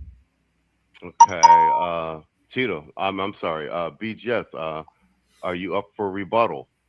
Okay, the thing is, I thought this was a debate and not a question and answer session. Okay. The thing is, which answer does he want me to answer first? Okay. Because he laid out about 10 different questions. Which answer does he want me to answer first? And Because it's your No, in my discourse, I cited things that you give said, me and I ended off with which one question. one? And I just asked the question. Can you not hear? Which one? Which one? I'll repeat it. Reiterate it, please. Okay. Yes. How did you think? How did you think that it was a viable? All right. Here's what I'm gonna say. First and foremost. Wait. Oh, you're interrupting the host, man. No. What? I paused it. Go ahead, Namer. First of all, it's 19 when the Islamic Revolution took place. First of all, yes, you did have Marxist communists in that bunch, but it was a whole group of people, whole group of entities who were involved in this revolution with the top of the Shah. In the end, the Islamists took over and eliminated everybody else. So now they have an Islamic theocracy, and it's structured that way as an Islamist nation. That's why they call themselves the Islamic Republic. They have no tolerance for Marxists or any other group. So no group is allowed to have any type of power in there. That's why the Ayatollahs run that shit. Secondly, as ethnically diverse as it is, what you're talking about is absolutely absurd. And not knowing the backstory of any of this, get out of here, man. We started with, when they got rid of, Mohammed Mossadegh back in the 50s. And all he wanted to do was nationalize Iran's oil for the people instead of letting, BP, British Petroleum, run it for Britain and the US. Yes. Yeah, like looking this stuff up, like I did see that apparently like this stuff has been going on for like over 100 years. Like the British started this shit. How that it's a viable option to kick the Iran can down the road for a few more years. Okay, that's real simple. Okay, the same way that Israel called off the 12-day war because they're getting their ass whipped. Okay, that's how. Okay, the same way that because Trump thought it was the decapitation strike. I don't know how BB talked him into this bullshit. Okay, excuse me for the language. I don't know how BB talked him into this. Okay, Epstein falls. Just because the chick in Venezuela betrayed her president. Okay.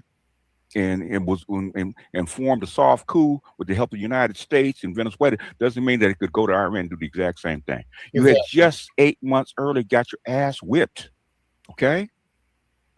And you know that they know that you're coming back, and you know that Russia and China are going to start sending parts and missiles to these people.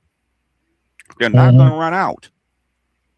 You're going to run out of weapons, and you're already out of basic interceptors. Okay, they already took out your antenna arrays. Okay, which Iran didn't do the first time because they didn't want number one, China had their back. Say, hey, don't hit a carrier, don't hit the United States bases because you don't want to aggravate these people. Okay, but you thought you're going to come there, sit there for 2 months. And then start a war and didn't think you were gonna get this reaction. Okay, you got 150 missiles just hit Israel today because they're out of air defenses. Okay, yeah. What did you actually think? And then you get the cut off the Strait of Hormuz, where you think they're just gonna give up in 2 weeks?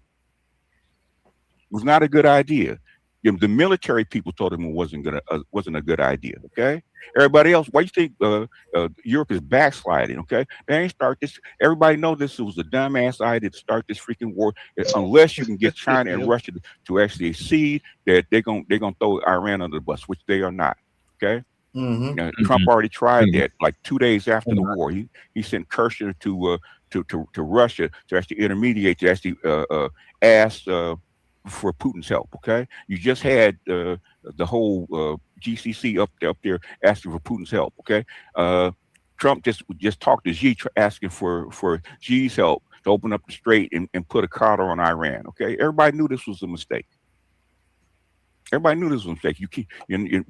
If you win this war, basically it's going to be a Vietnam. Your economy is going to go to crap because you could not afford it. You don't have the weapons. You don't have the manufacturing base. The only way you could actually win this is if China and Russia stop helping, which they're not. They've already refused. Yeah, they're not going to do that. Anyhow, I'll land my plane. Thank you, I watched the sir. entire debate. Cheetah, you want to rebuttal or you want to move to the next topic? No, I would love to rebut this one. No, go It's ahead. always, No, it's all you. Go ahead. It's always entertaining how every time there's a military conflict in which there has to be an expeditionary war, that people will always make comparisons to Vietnam. Iran is in no way like Vietnam. In Vietnam, you had basically ethnic cohesion with the what is it, the Min people that are the ethnic majority in Vietnam, and they had solidarity, they had fighting experience. They fought the Japanese in World War II. So Iran is nothing like Vietnam. Iran is a hodgepodge of different ethnicities, different AKA religious any other backgrounds and country? everything. These Islamists are in Iran. I can't take the stupidity. Okay, I can't take that stupidity. Yeah, it was fucking brutal. I was there for the whole thing, man. It was brutal. All right, let's go to something a little more fun. Cheetah just showed his dunce. Can we get this guy a dunce cap, please? Get the man a dunce cap and put him in the corner. I have one thing to say Welcome about to the No Filter Zone. Cheeto and his whole exchange. Well, just real quick before you roll the clip, AB, like listening to that debate was more like I could listen to that versus listening to 30 seconds of May talking. Fair enough. No. Honestly, I would rather listen to May. Hey, to each his own. To each his own. May won that round. I'm sorry, not. I would rather listen to May, because at least I know where May's coming from. Don't say her name 3 times. So I think it's because number one, I worked for CNN and I was very outspoken about how I felt about him and the administration and what this MAGA movement meant and what they were doing, and how they were trampling on our Constitution. And also, I'm Black. If you look at all the people, most of the indictments of the people who had been indicted in a lot. No, you got arrested because you interrupted a church service. Some of them are brown. A lot of them look like me. And I think he's a racist. And I think that also. Yeah, and you say white men are dangerous, yet you're married to a white man. Oops. Quite frankly, you're talking about the straight ones. Part of it is that I was the biggest name, in that whole sort of church arrest thing. And perhaps if I was not there, maybe none of this would be happening to the other people. I felt a little guilt about that. So that's it. No, you don't. Yeah. No, you don't. Don't you dare tell that. This is what they do. This is what they do, and this is why I got a problem with them. And this is why we gonna always have beef. Don Lemon said the reason why the Trump administration, the DOJ, went after him was because he's Black.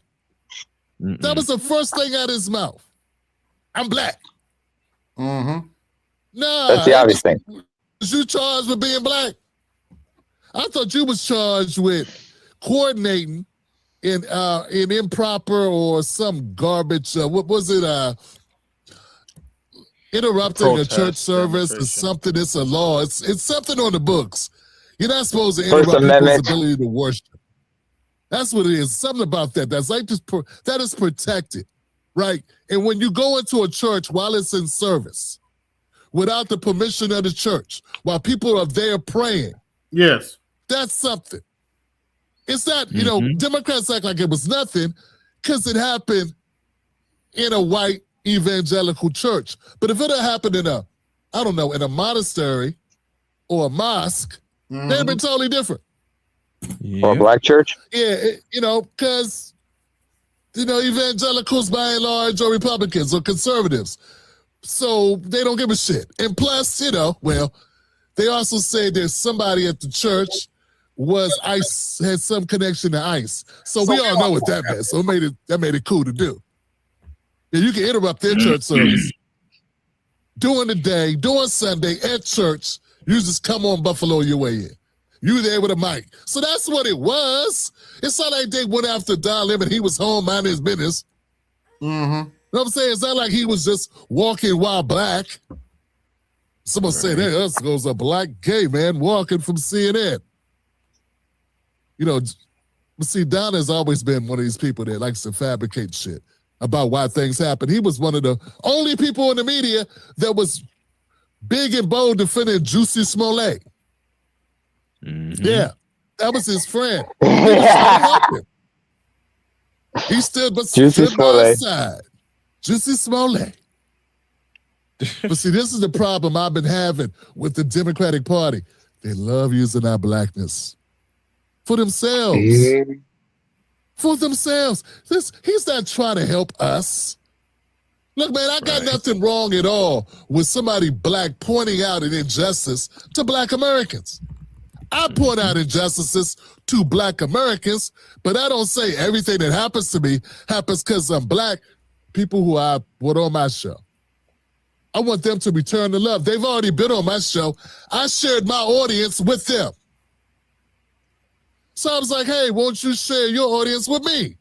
I got some stuff I want to talk about. But you know what? I didn't say they're not doing it because I'm black. They're not doing it because it may not be good for business. Maybe their partners or people that they work with, a part of their show, don't want my black ass on here. I've been very critical of Jasmine Crockett. I've been very critical of Jamel Hill, who made it like a tick with her.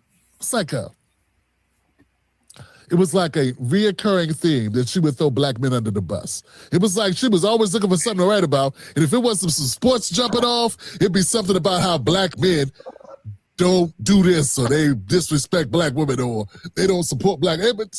You know, I don't know. It was Welcome to the galaxy, fam. Of anti-black men shit. But if you are a public figure, and I differ with you, I disagree with you about your content, about your art, about your public information, I get to say that. But I know, sometimes I rub people the wrong way, but I don't run back and say it's because I'm black. And say, I'm a victim, I'm black, that's what happened. Nah, I know, I got a big mouth. I call out the Democrats. They Democrats, most of them. They support the Democratic Party. Even people that are Democrats don't want to piss off powerful people in the industry. Right. So my point is, Don Lemon's being disingenuous. I know you're shocked, right? Nope. Okay, crossing the border illegally is not a crime? No, it's not a criminal act. It's a misdemeanor. So why are they being sent back and saying that they're breaking the law? That's the point. Okay, as somebody that We don't know if they're breaking the law because they won't tell. There's no due process. Where's the evidence? That's the whole point. And if they are breaking the law, most people will say, okay, then they need to go if they're criminals. But if they're not, why are they being rounded up and sent out? Especially when he promised to deport the criminals. And now he's not doing that. Yeah, I don't think we're going. Misdemeanor is not a crime. Yeah. So misdemeanor is not It's a not crime? a criminal act. No, if you get charged with a misdemeanor, that's not a criminal why act. get charged at all then? Oh, if it's not a criminal act. Exactly. Oh dear. The old nigga's coming out. I got to move on. Nah. Yeah. Dominic's Come on. Let's go. I just saw what I want to go to Passport's video. Shout out to Passport OG. Black women deserve more credit for not burning this mother down. Okay, that y'all have been too nice and demure, and the fact that y'all have not flipped this over. Tell me. Oh, I got you. I got you. You're a half. Who was that fruitcake? Yeah, half a second ahead of me. But here you go. Tell me, what is gay? I asked a question. For not burning this mother down. Okay. You know what? Let's just have a little fun. Let's go. You boomers, let me just rebuke you all. You are retiring and moving away from your. I need some entertainment right now. Damn it. Yeah. We're gonna look at some AI clips. These AI clips are getting crazier and crazier. I'm sure they are. Captain, it looks like we have been embedded inside the Matrix. Does this mean I am the one? Oh, shit. No, sir. Maybe we should have swallowed the blue pill, Captain. Oh. You may be right, Spock. Okay, I need the whales to BJ, you think I'm having fun with AI? talk to the alien probe and action. You need to get changed into your uniform, Spock. For what purpose? For a spoof trek episode. That's better, Spock. Now you are under arrest. The hell I am. The hell I am.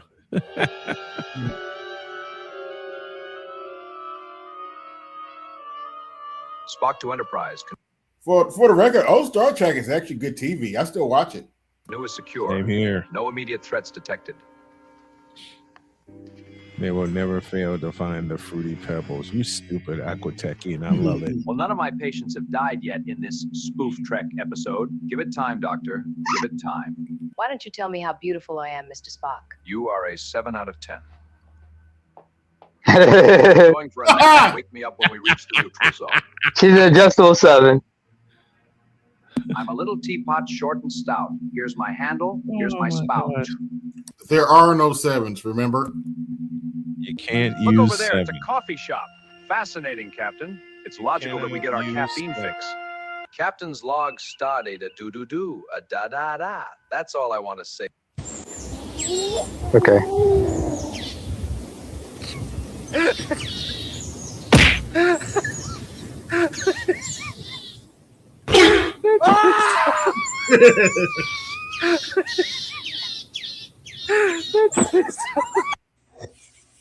Damn it, Cax. What the hell? He's cooking broccoli. Right on the head.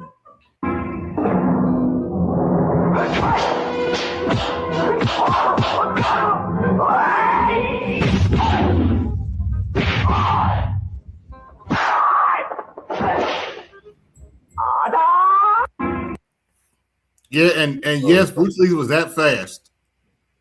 Yeah, he was. He was way too fast for the cameraman.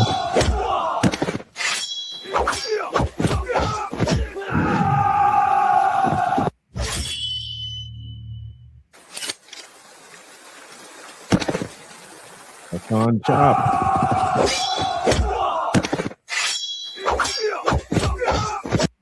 Has anybody ever seen the movie Keanu with Key and Peele? No. Y'all gotta see that one. Oh, it's Iron Cat.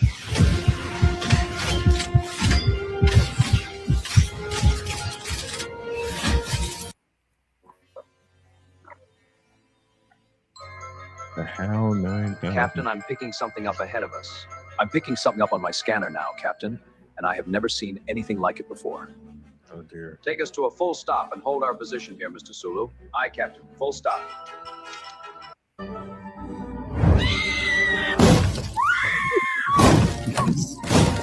What in the thunder? Here's Oh. Captain, I am receiving a deeply unusual communication signal. Here we go. Can you identify the origin, Mr. Data? Unknown, sir. The structure is That really does look like Brent Spinner too. highly irregular. That is Brent Spinner. On And Patrick Stewart. screen, Mr. Data.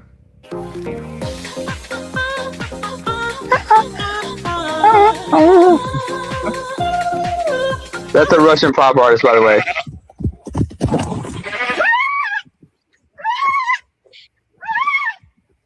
Slam him! Ow! Oh! See,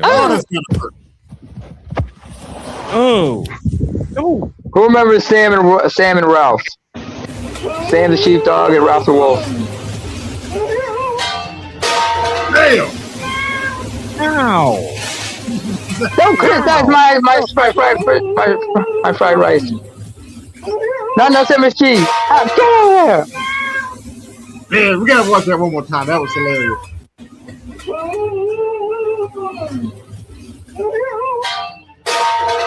At last, I have my hands on Genesis.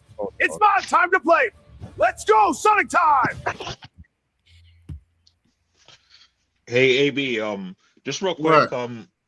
yeah, RP to Chuck Norris. I believe you've seen some of the comments going around. Like the best one that I've seen so far was that apparently Chuck Norris died like 15, 20 years ago, but like death was too scared to talk to him. Oh, whatever. I thought that was hilarious. Yeah, let's go back to At last, I have my hands on Genesis. It's my time to. That's Commander Krug, and he was played by, of all people, Christopher Lloyd. Oh yeah, I remember. Lloyd. Play. Let's go, Sonic time. At last, He played one evil bastard because I was so happy when Kurt kicked him off that mountain. I am tired of you, motherfucker. I love Chris Lloyd. Kind of spaceship does Spock fly? We don't know, Bones. What kind of spaceship does Spock fly? The Millennium Vulcan. Oh God. Try again. Dr. McCoy.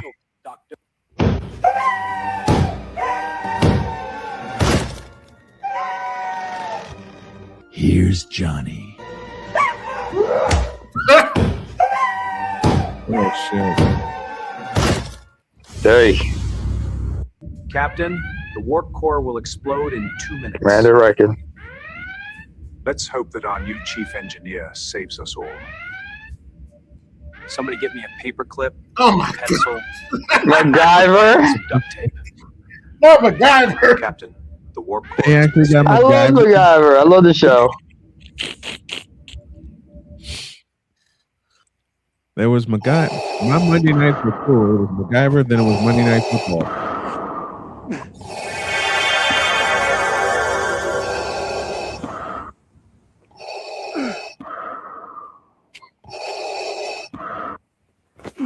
See ya.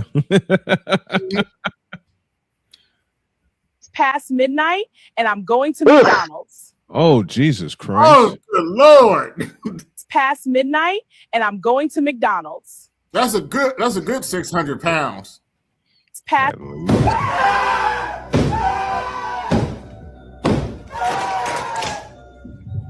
Here's Johnny.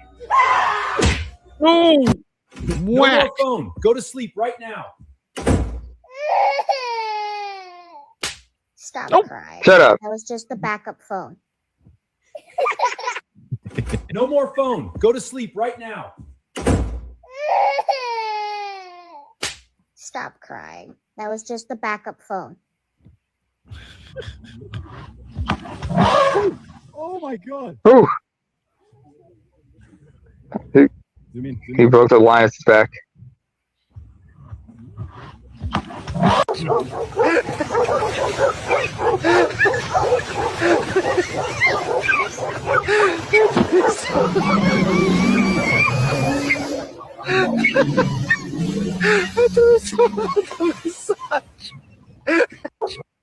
I thought I'd seen it all.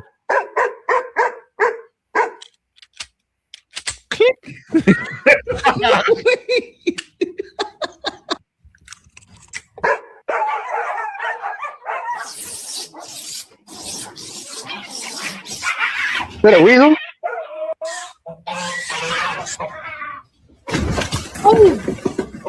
Oh, there's a goose.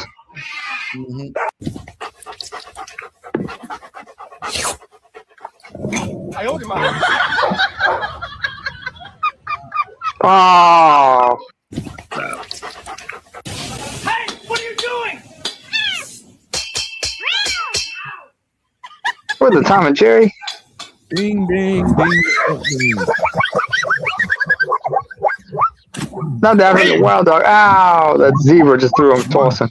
Ow! Ah, he slammed him. Oh, he slammed him again. Oh.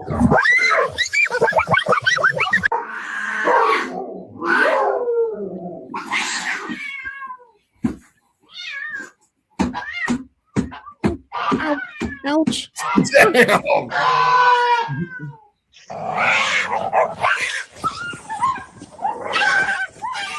Uh-oh. Is that a weasel?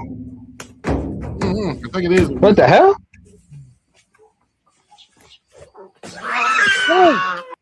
I'll stay here for a while before help comes. No. Oh my goodness. Timber. I'll stay here for a while before help comes. But Bonsai. Get out of my indeed. chair, little missy. Let the big man sit. Little? I gotta bend down just to see you. Not such a big man now, huh? What you gonna do about it, little shrimp? Sorry, my bad. That's what I thought. Get out of my chair, little. Shit. The cat got egged. Mm-hmm. Oh. You were speeding and you are under arrest. Ha! Come on, little officer, try to arrest me, but be careful. I might just crush you. There you go. You know what? Maybe I'll just sit right here. Whoa, ma'am, don't, please don't. Relax, I'm just messing with you tight. Ma'am, you were speeding and you are under Good arrest. Lord. Oh. Oh. Yeah.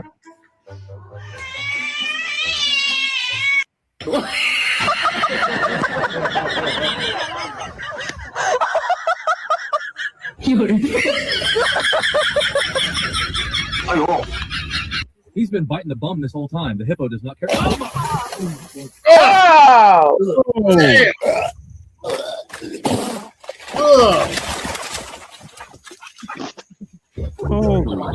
Be a bitch. And that's not hippos actually defecate. Nice for what? Make people earn your niceness. Be a bitch. Be mean. Nice for what? Make people earn your niceness. Be a nice, get you taken advantage of. It gets you misused and fucked. Yeah, boy.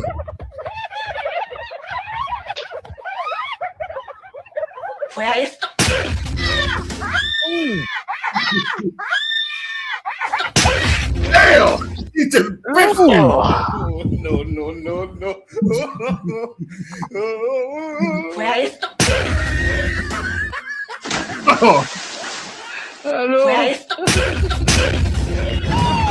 Now, Princess Vespa, at last we are alone. Now, I hate you, leave me alone. Yet, I find you strangely attractive. Of course you do. Druish princesses are often attracted to money and power, and I have both, and you know it. Leave me alone. No, kiss me. No, no, yes, no, no, yes, no, yes. Oh, your helmet is so big. All right, helmet. Whack. You need it on the bridge, sir. Knock on my door. Knock next time. Yes, sir. Did you see anything? No, sir. I didn't see you playing with your dolls again. Good. Oh, that's Dolls are-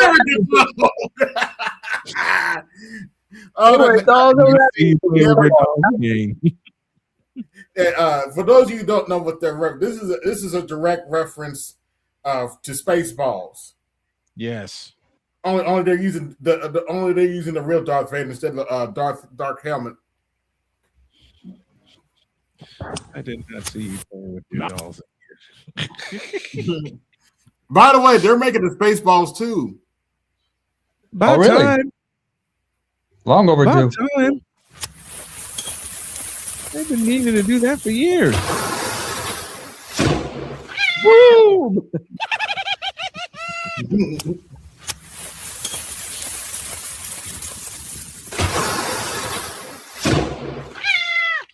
And now for my greatest performance. Oh, come on. And now for my greatest performance. I now pronounce you husband and wife. Yes. Oh, good Lord. I now pronounce you husband and wife. Yes. They turned These you against children- black men by selling you fear disguised as standard. Those are some nice melons. Excuse me? Why do I even try? I named her Maximiliana Brown. Oh, hell no. I can't get no job with that. My first day out and I'm already unemployed. I named her Maximiliana Brown. Oh, hell no. I can't get no job with that. My first Poor day baby. out and I'm already unemployed. How dare you insult my wife? Bro, I'm tired of this shit. I didn't say anything about your wife's hair. Now get your ass back down there. Damn. How dare you? Stop. Carry me go market. Okay, landlady, your money is double the price. Oh, No wahala. Now your time to shine. that's not me. Make I know the kind landlady again. I don't want here. Damn. Whoa. Oh my god.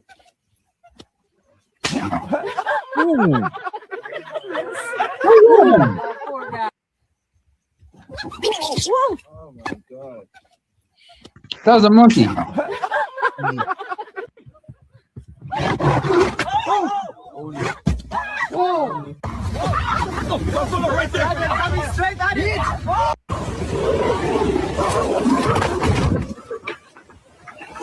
Anakin should be granted the rank of master.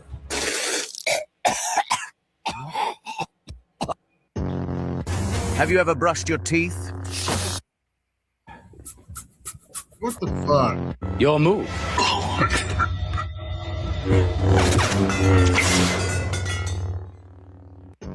Take a seat, young Skywanker. A 12 gauge? That's outrageous. That's unfair.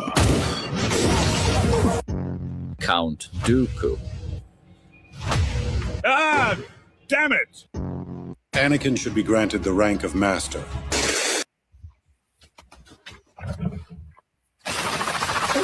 Oh, no. That hurts.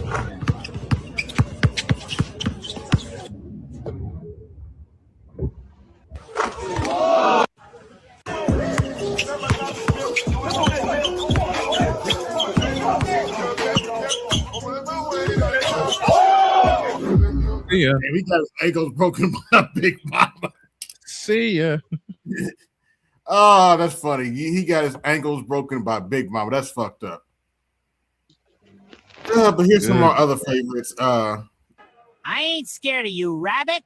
Put some respect on my name, duck. Oh. It took AI to for Daffy Duck to finally get the best of Bugs Bunny. I ain't scared of you, rabbit. Put some respect on my name, duck. We live in a generation where women have to become the man because men are busy acting like a princess. Men today have no discipline, no accountability. Okay, I'm probably gonna have to record this one. Shut your bitch ass up. And no emotional intelligence. They don't know how to protect. They don't know how to provide, but they still walk around thinking they are the prize. They want the traditional wife treatment, but they bring zero. And they will say, you stupid motherfucker. And I would say, the Lord told me to tell you about your wide back. The Lord told me to tell you about your fat back. Did the Lord say anything to you? Will come and they will say, the Lord told me to tell you. And I will say, the Lord told me to tell you about your wide back. The Lord told me to tell you about your fat back. Did the Lord say anything to you about the fact that you're sitting there? And they'll tell me, read your Bible. I will read my Bible when you read a menu that's less than 6,000 calories. I will read my Bible and I'm going to read about gluttony. I will read my Bible. I'm going to read about how you need to take care of your temple. I go in on them because you have no business talking to me about my spiritual life. So I'm going to talk about your physical life. It's a distraction. All we see is your belly. We don't know if you're hooping or about to pass out. Shout out to Dorian. She's one of my metros, actually. And you say, you need to watch what you put in your mouth, alcohol and, oral. Black Supreme is a bitter baby mama, and I'm going to tell you why this bitch is bitter baby mama and why. Why are you 30 plus looking for young hoes? Go with your age group. You're not with your age group because you know you're corny. She said. I was laughing in that young heifer's face. Ladies, your internet big sisters and aunties are proud of you because a lot of these men are predatory. They're hoping that your frontal lobe hasn't fully developed and that they can take advantage. They like to see you like a young woman.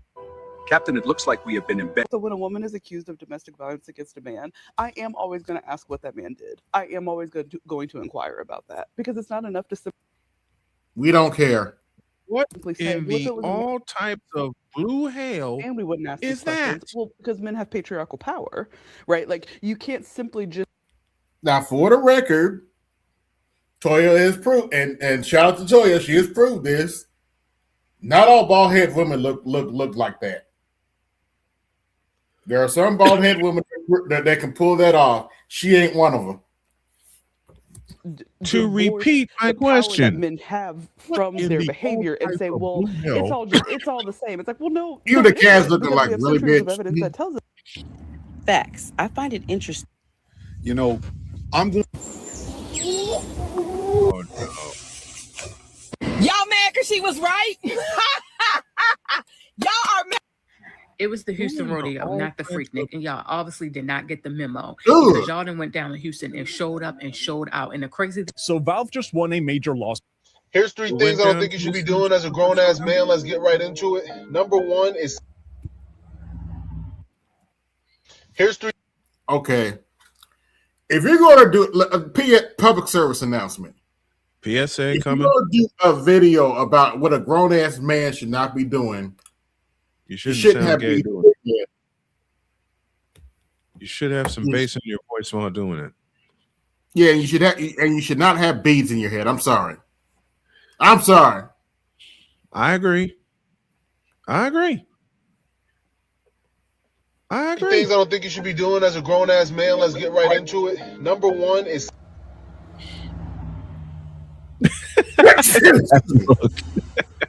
That look.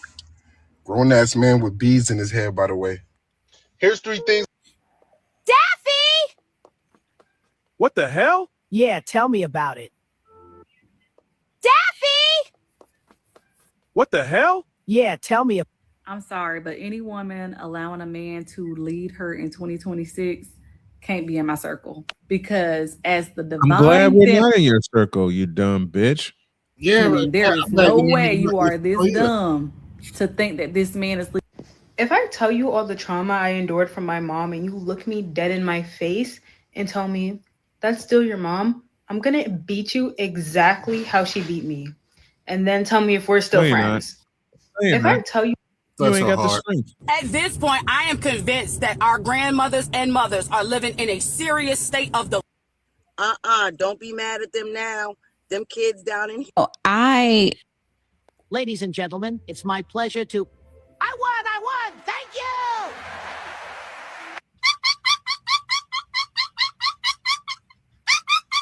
you! Well, boy. Yes, Going I down. think those of us who don't like men, people think that we are pretending to not like men for a man. No, sweetie. No.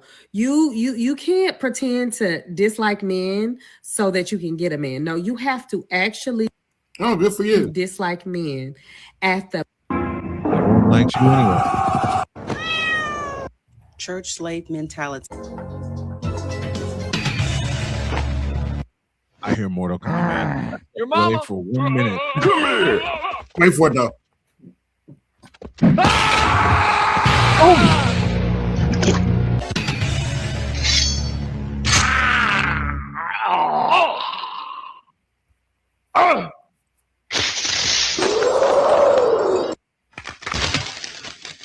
No way. Oh no! I'm gonna show you the actual YouTube video. Let me see if I can find that YouTube video. Let's see, because that YouTube video is hilarious. Mortal Kombat 2 Fatality fails. I think this is it. Yeah.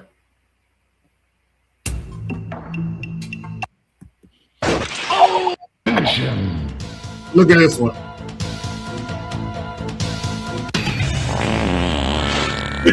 Road. Wait for it though. Oh gosh.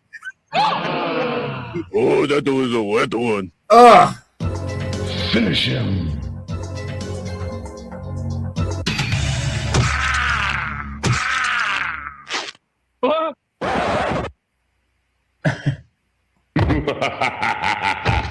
Yeah. Cut. Johnny Cage wins. Finish him.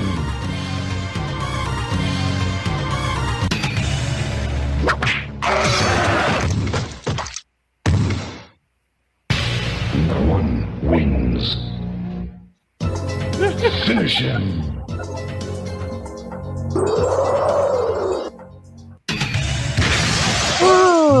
Cybot. What? No.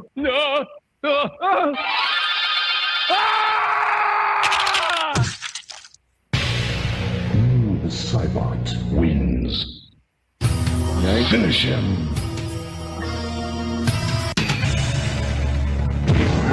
Liu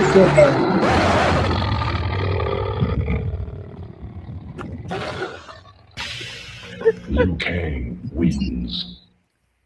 Liu Kang wins. Finish him.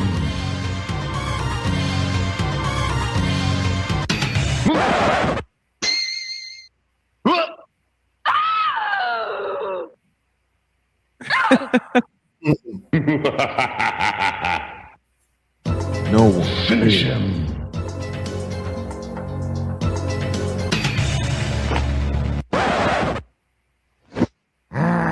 Your mama. Come here.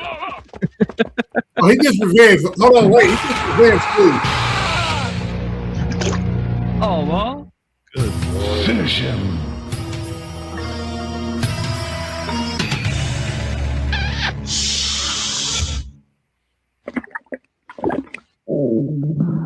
Oh.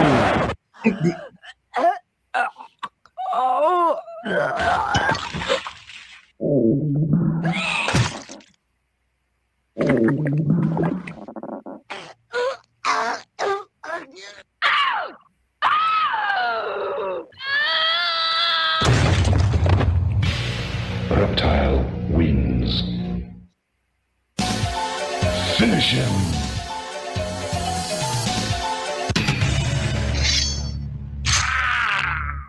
See you later. Wait for it.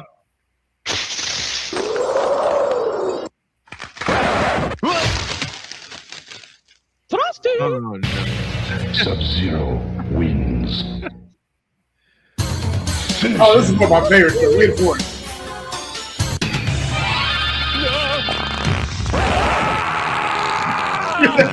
Oh, no. Oh man, I never get so. Wow. Wins. Oh, that's a stinky one. Finish him.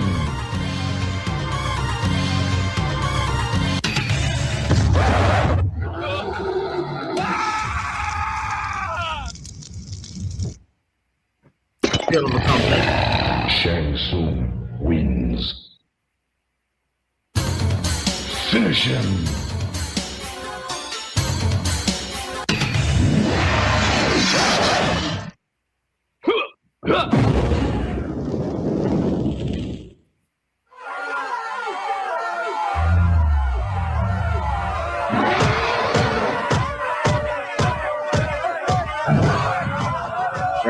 They're all coming.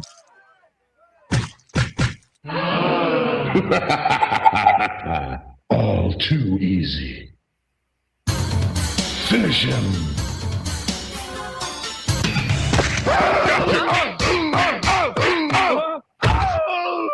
That's what you get. Come on. Finish him.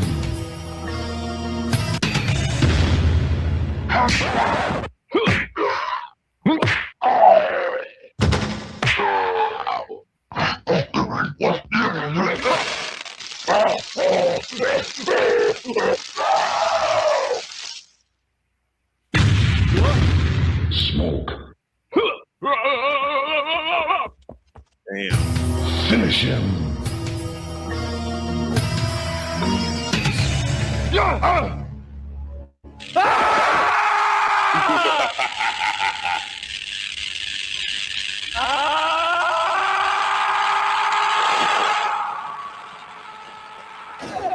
Backfire.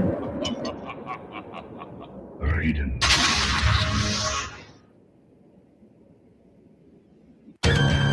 Finish her.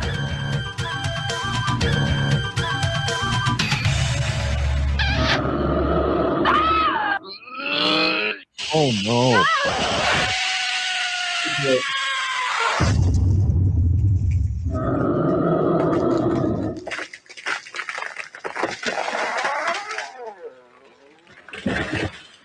Oh, well.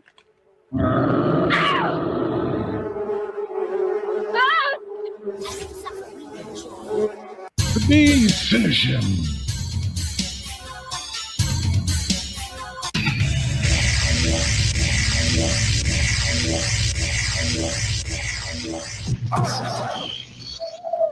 Oh.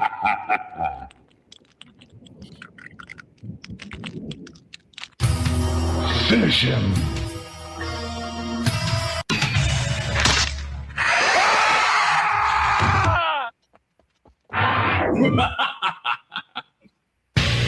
Shang Tsung wins. Finish him.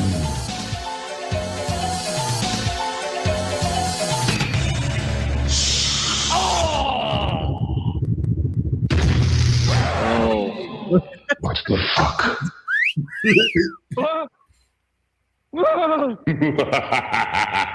Well done. Yeah, there are tons of those like that. Oh, nuts. That's nuts. There are tons of the fatality fails. Here's another one. There's a playlist of them.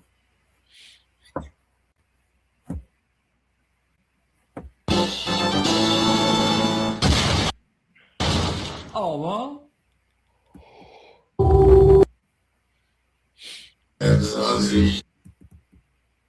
And this is just people playing with the sprites for Mortal Kombat.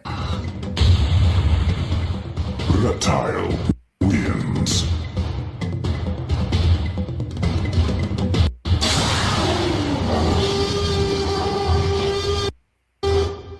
Yikes.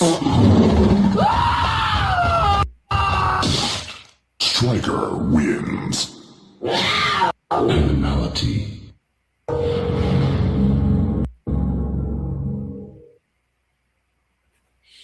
Finish her. Yeah. Yo, check this out.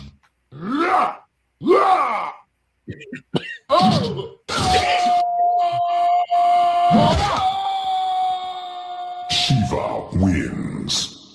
Fatality.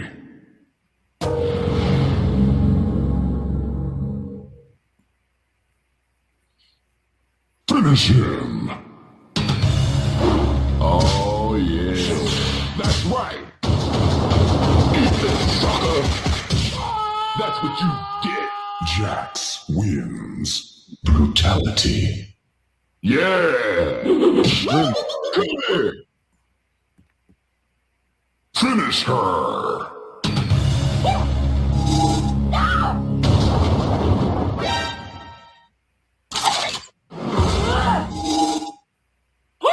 Enemy napalm strike inbound.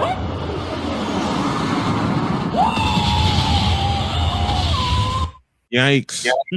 Take this. Enemy death machine spinning up. Damn. Enemy dogs incoming.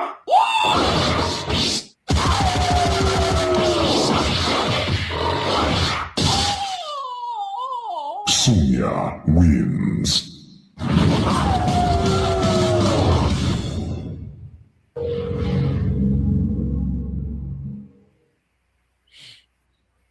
Wow.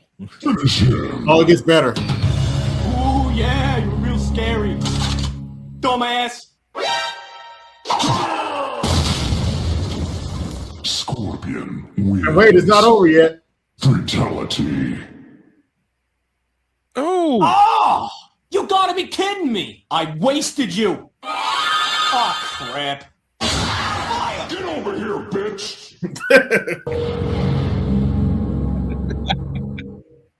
Get over here, bitch.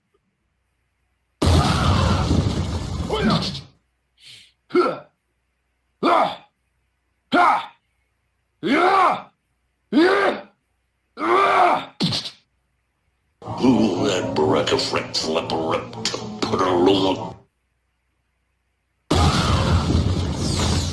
70 Sam at the end of it. Who's the tough guy now? Think fast, Chuckle Nuts.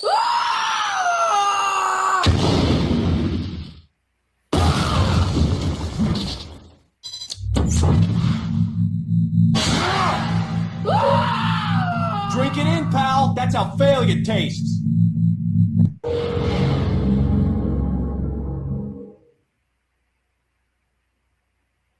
Finish him. Oh, well. Oh! You got owned!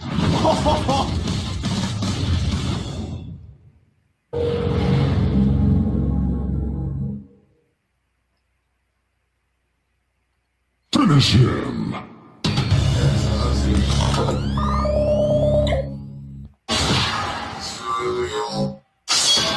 Oh, well.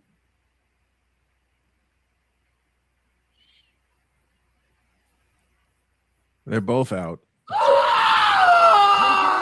that's how failure tastes.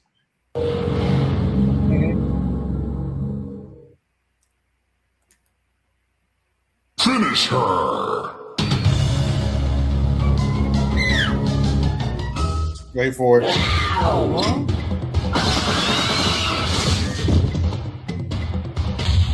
Kitana wins. Animality. Oh, it's just a harmless little funny, isn't it?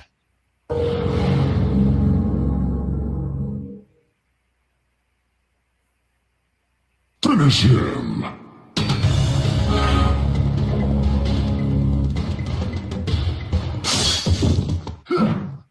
Oh, well. Odin, what's up, Longo? Scorpion wins. Fatality.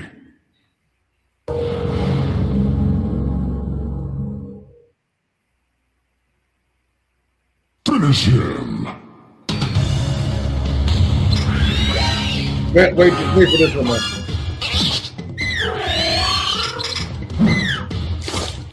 Shang Tsung wins. Fatality. Oh.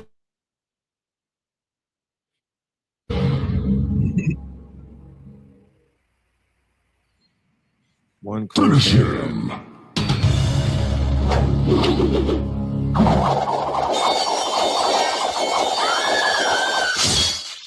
Baraka wins. Fatality.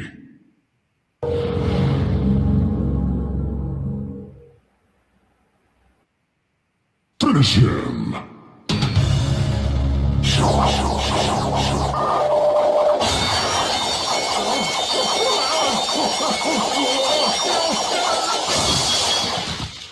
Kulao wins. Fatality.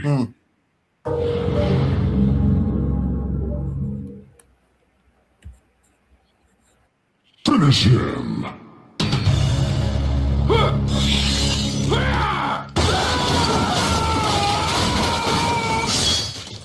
Rain wins. Yeah, this will go on forever. But y'all get the idea. They're hilarious. I do. Let me get on to bed.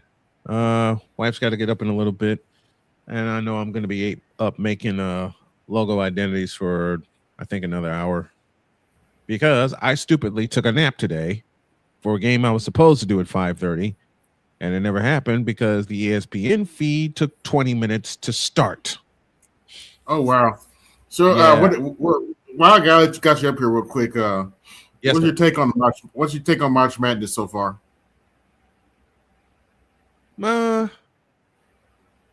High Point won, and I kind of called them to win. VCU won, and I'm talking about the men's side.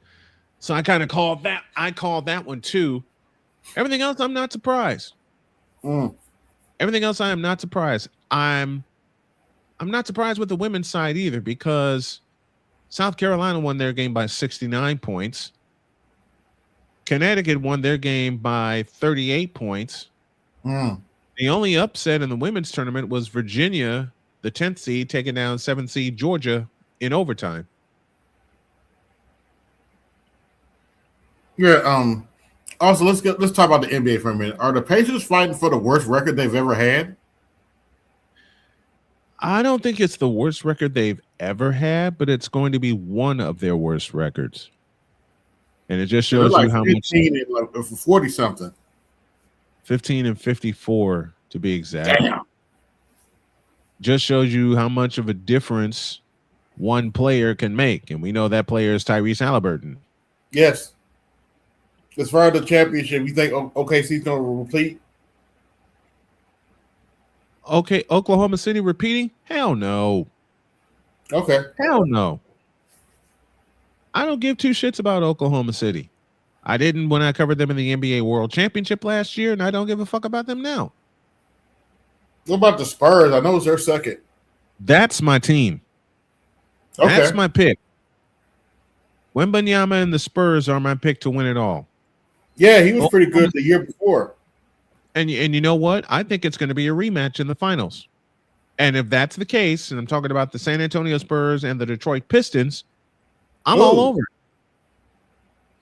Nice. Not nice. Yeah, I'm thinking about to go to bed too. As far as the WNBA goes, you know which team I'm covering. Oh, yes, the Indiana Fever. And if all goes right and they do free agency right, they're going to win this motherfucker. Do they still have Aaliyah Boston, or do they say it again? Do they still have Aaliyah Boston? Oh, hell yeah. Aaliyah Boston's not going anywhere. The person they need to keep is Kelsey Mitchell.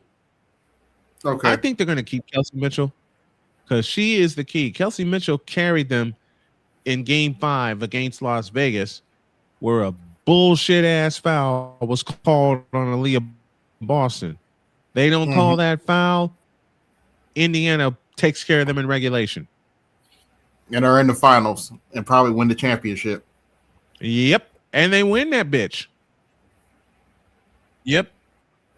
But the referees has had it out for the Indiana Fever since Caitlin Clark became a member of the team. The whole goddamn league has had it out for Caitlin Clark.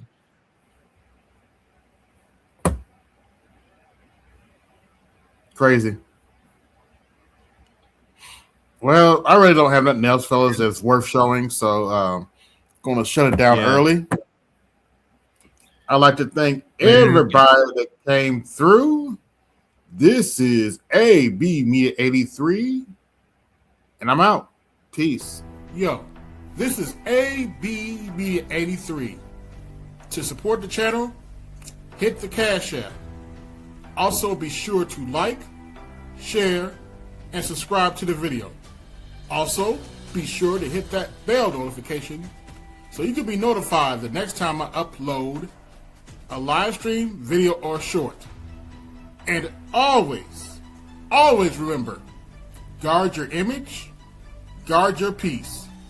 Keep it moving. This is AB Media 83, and I'm out. Peace.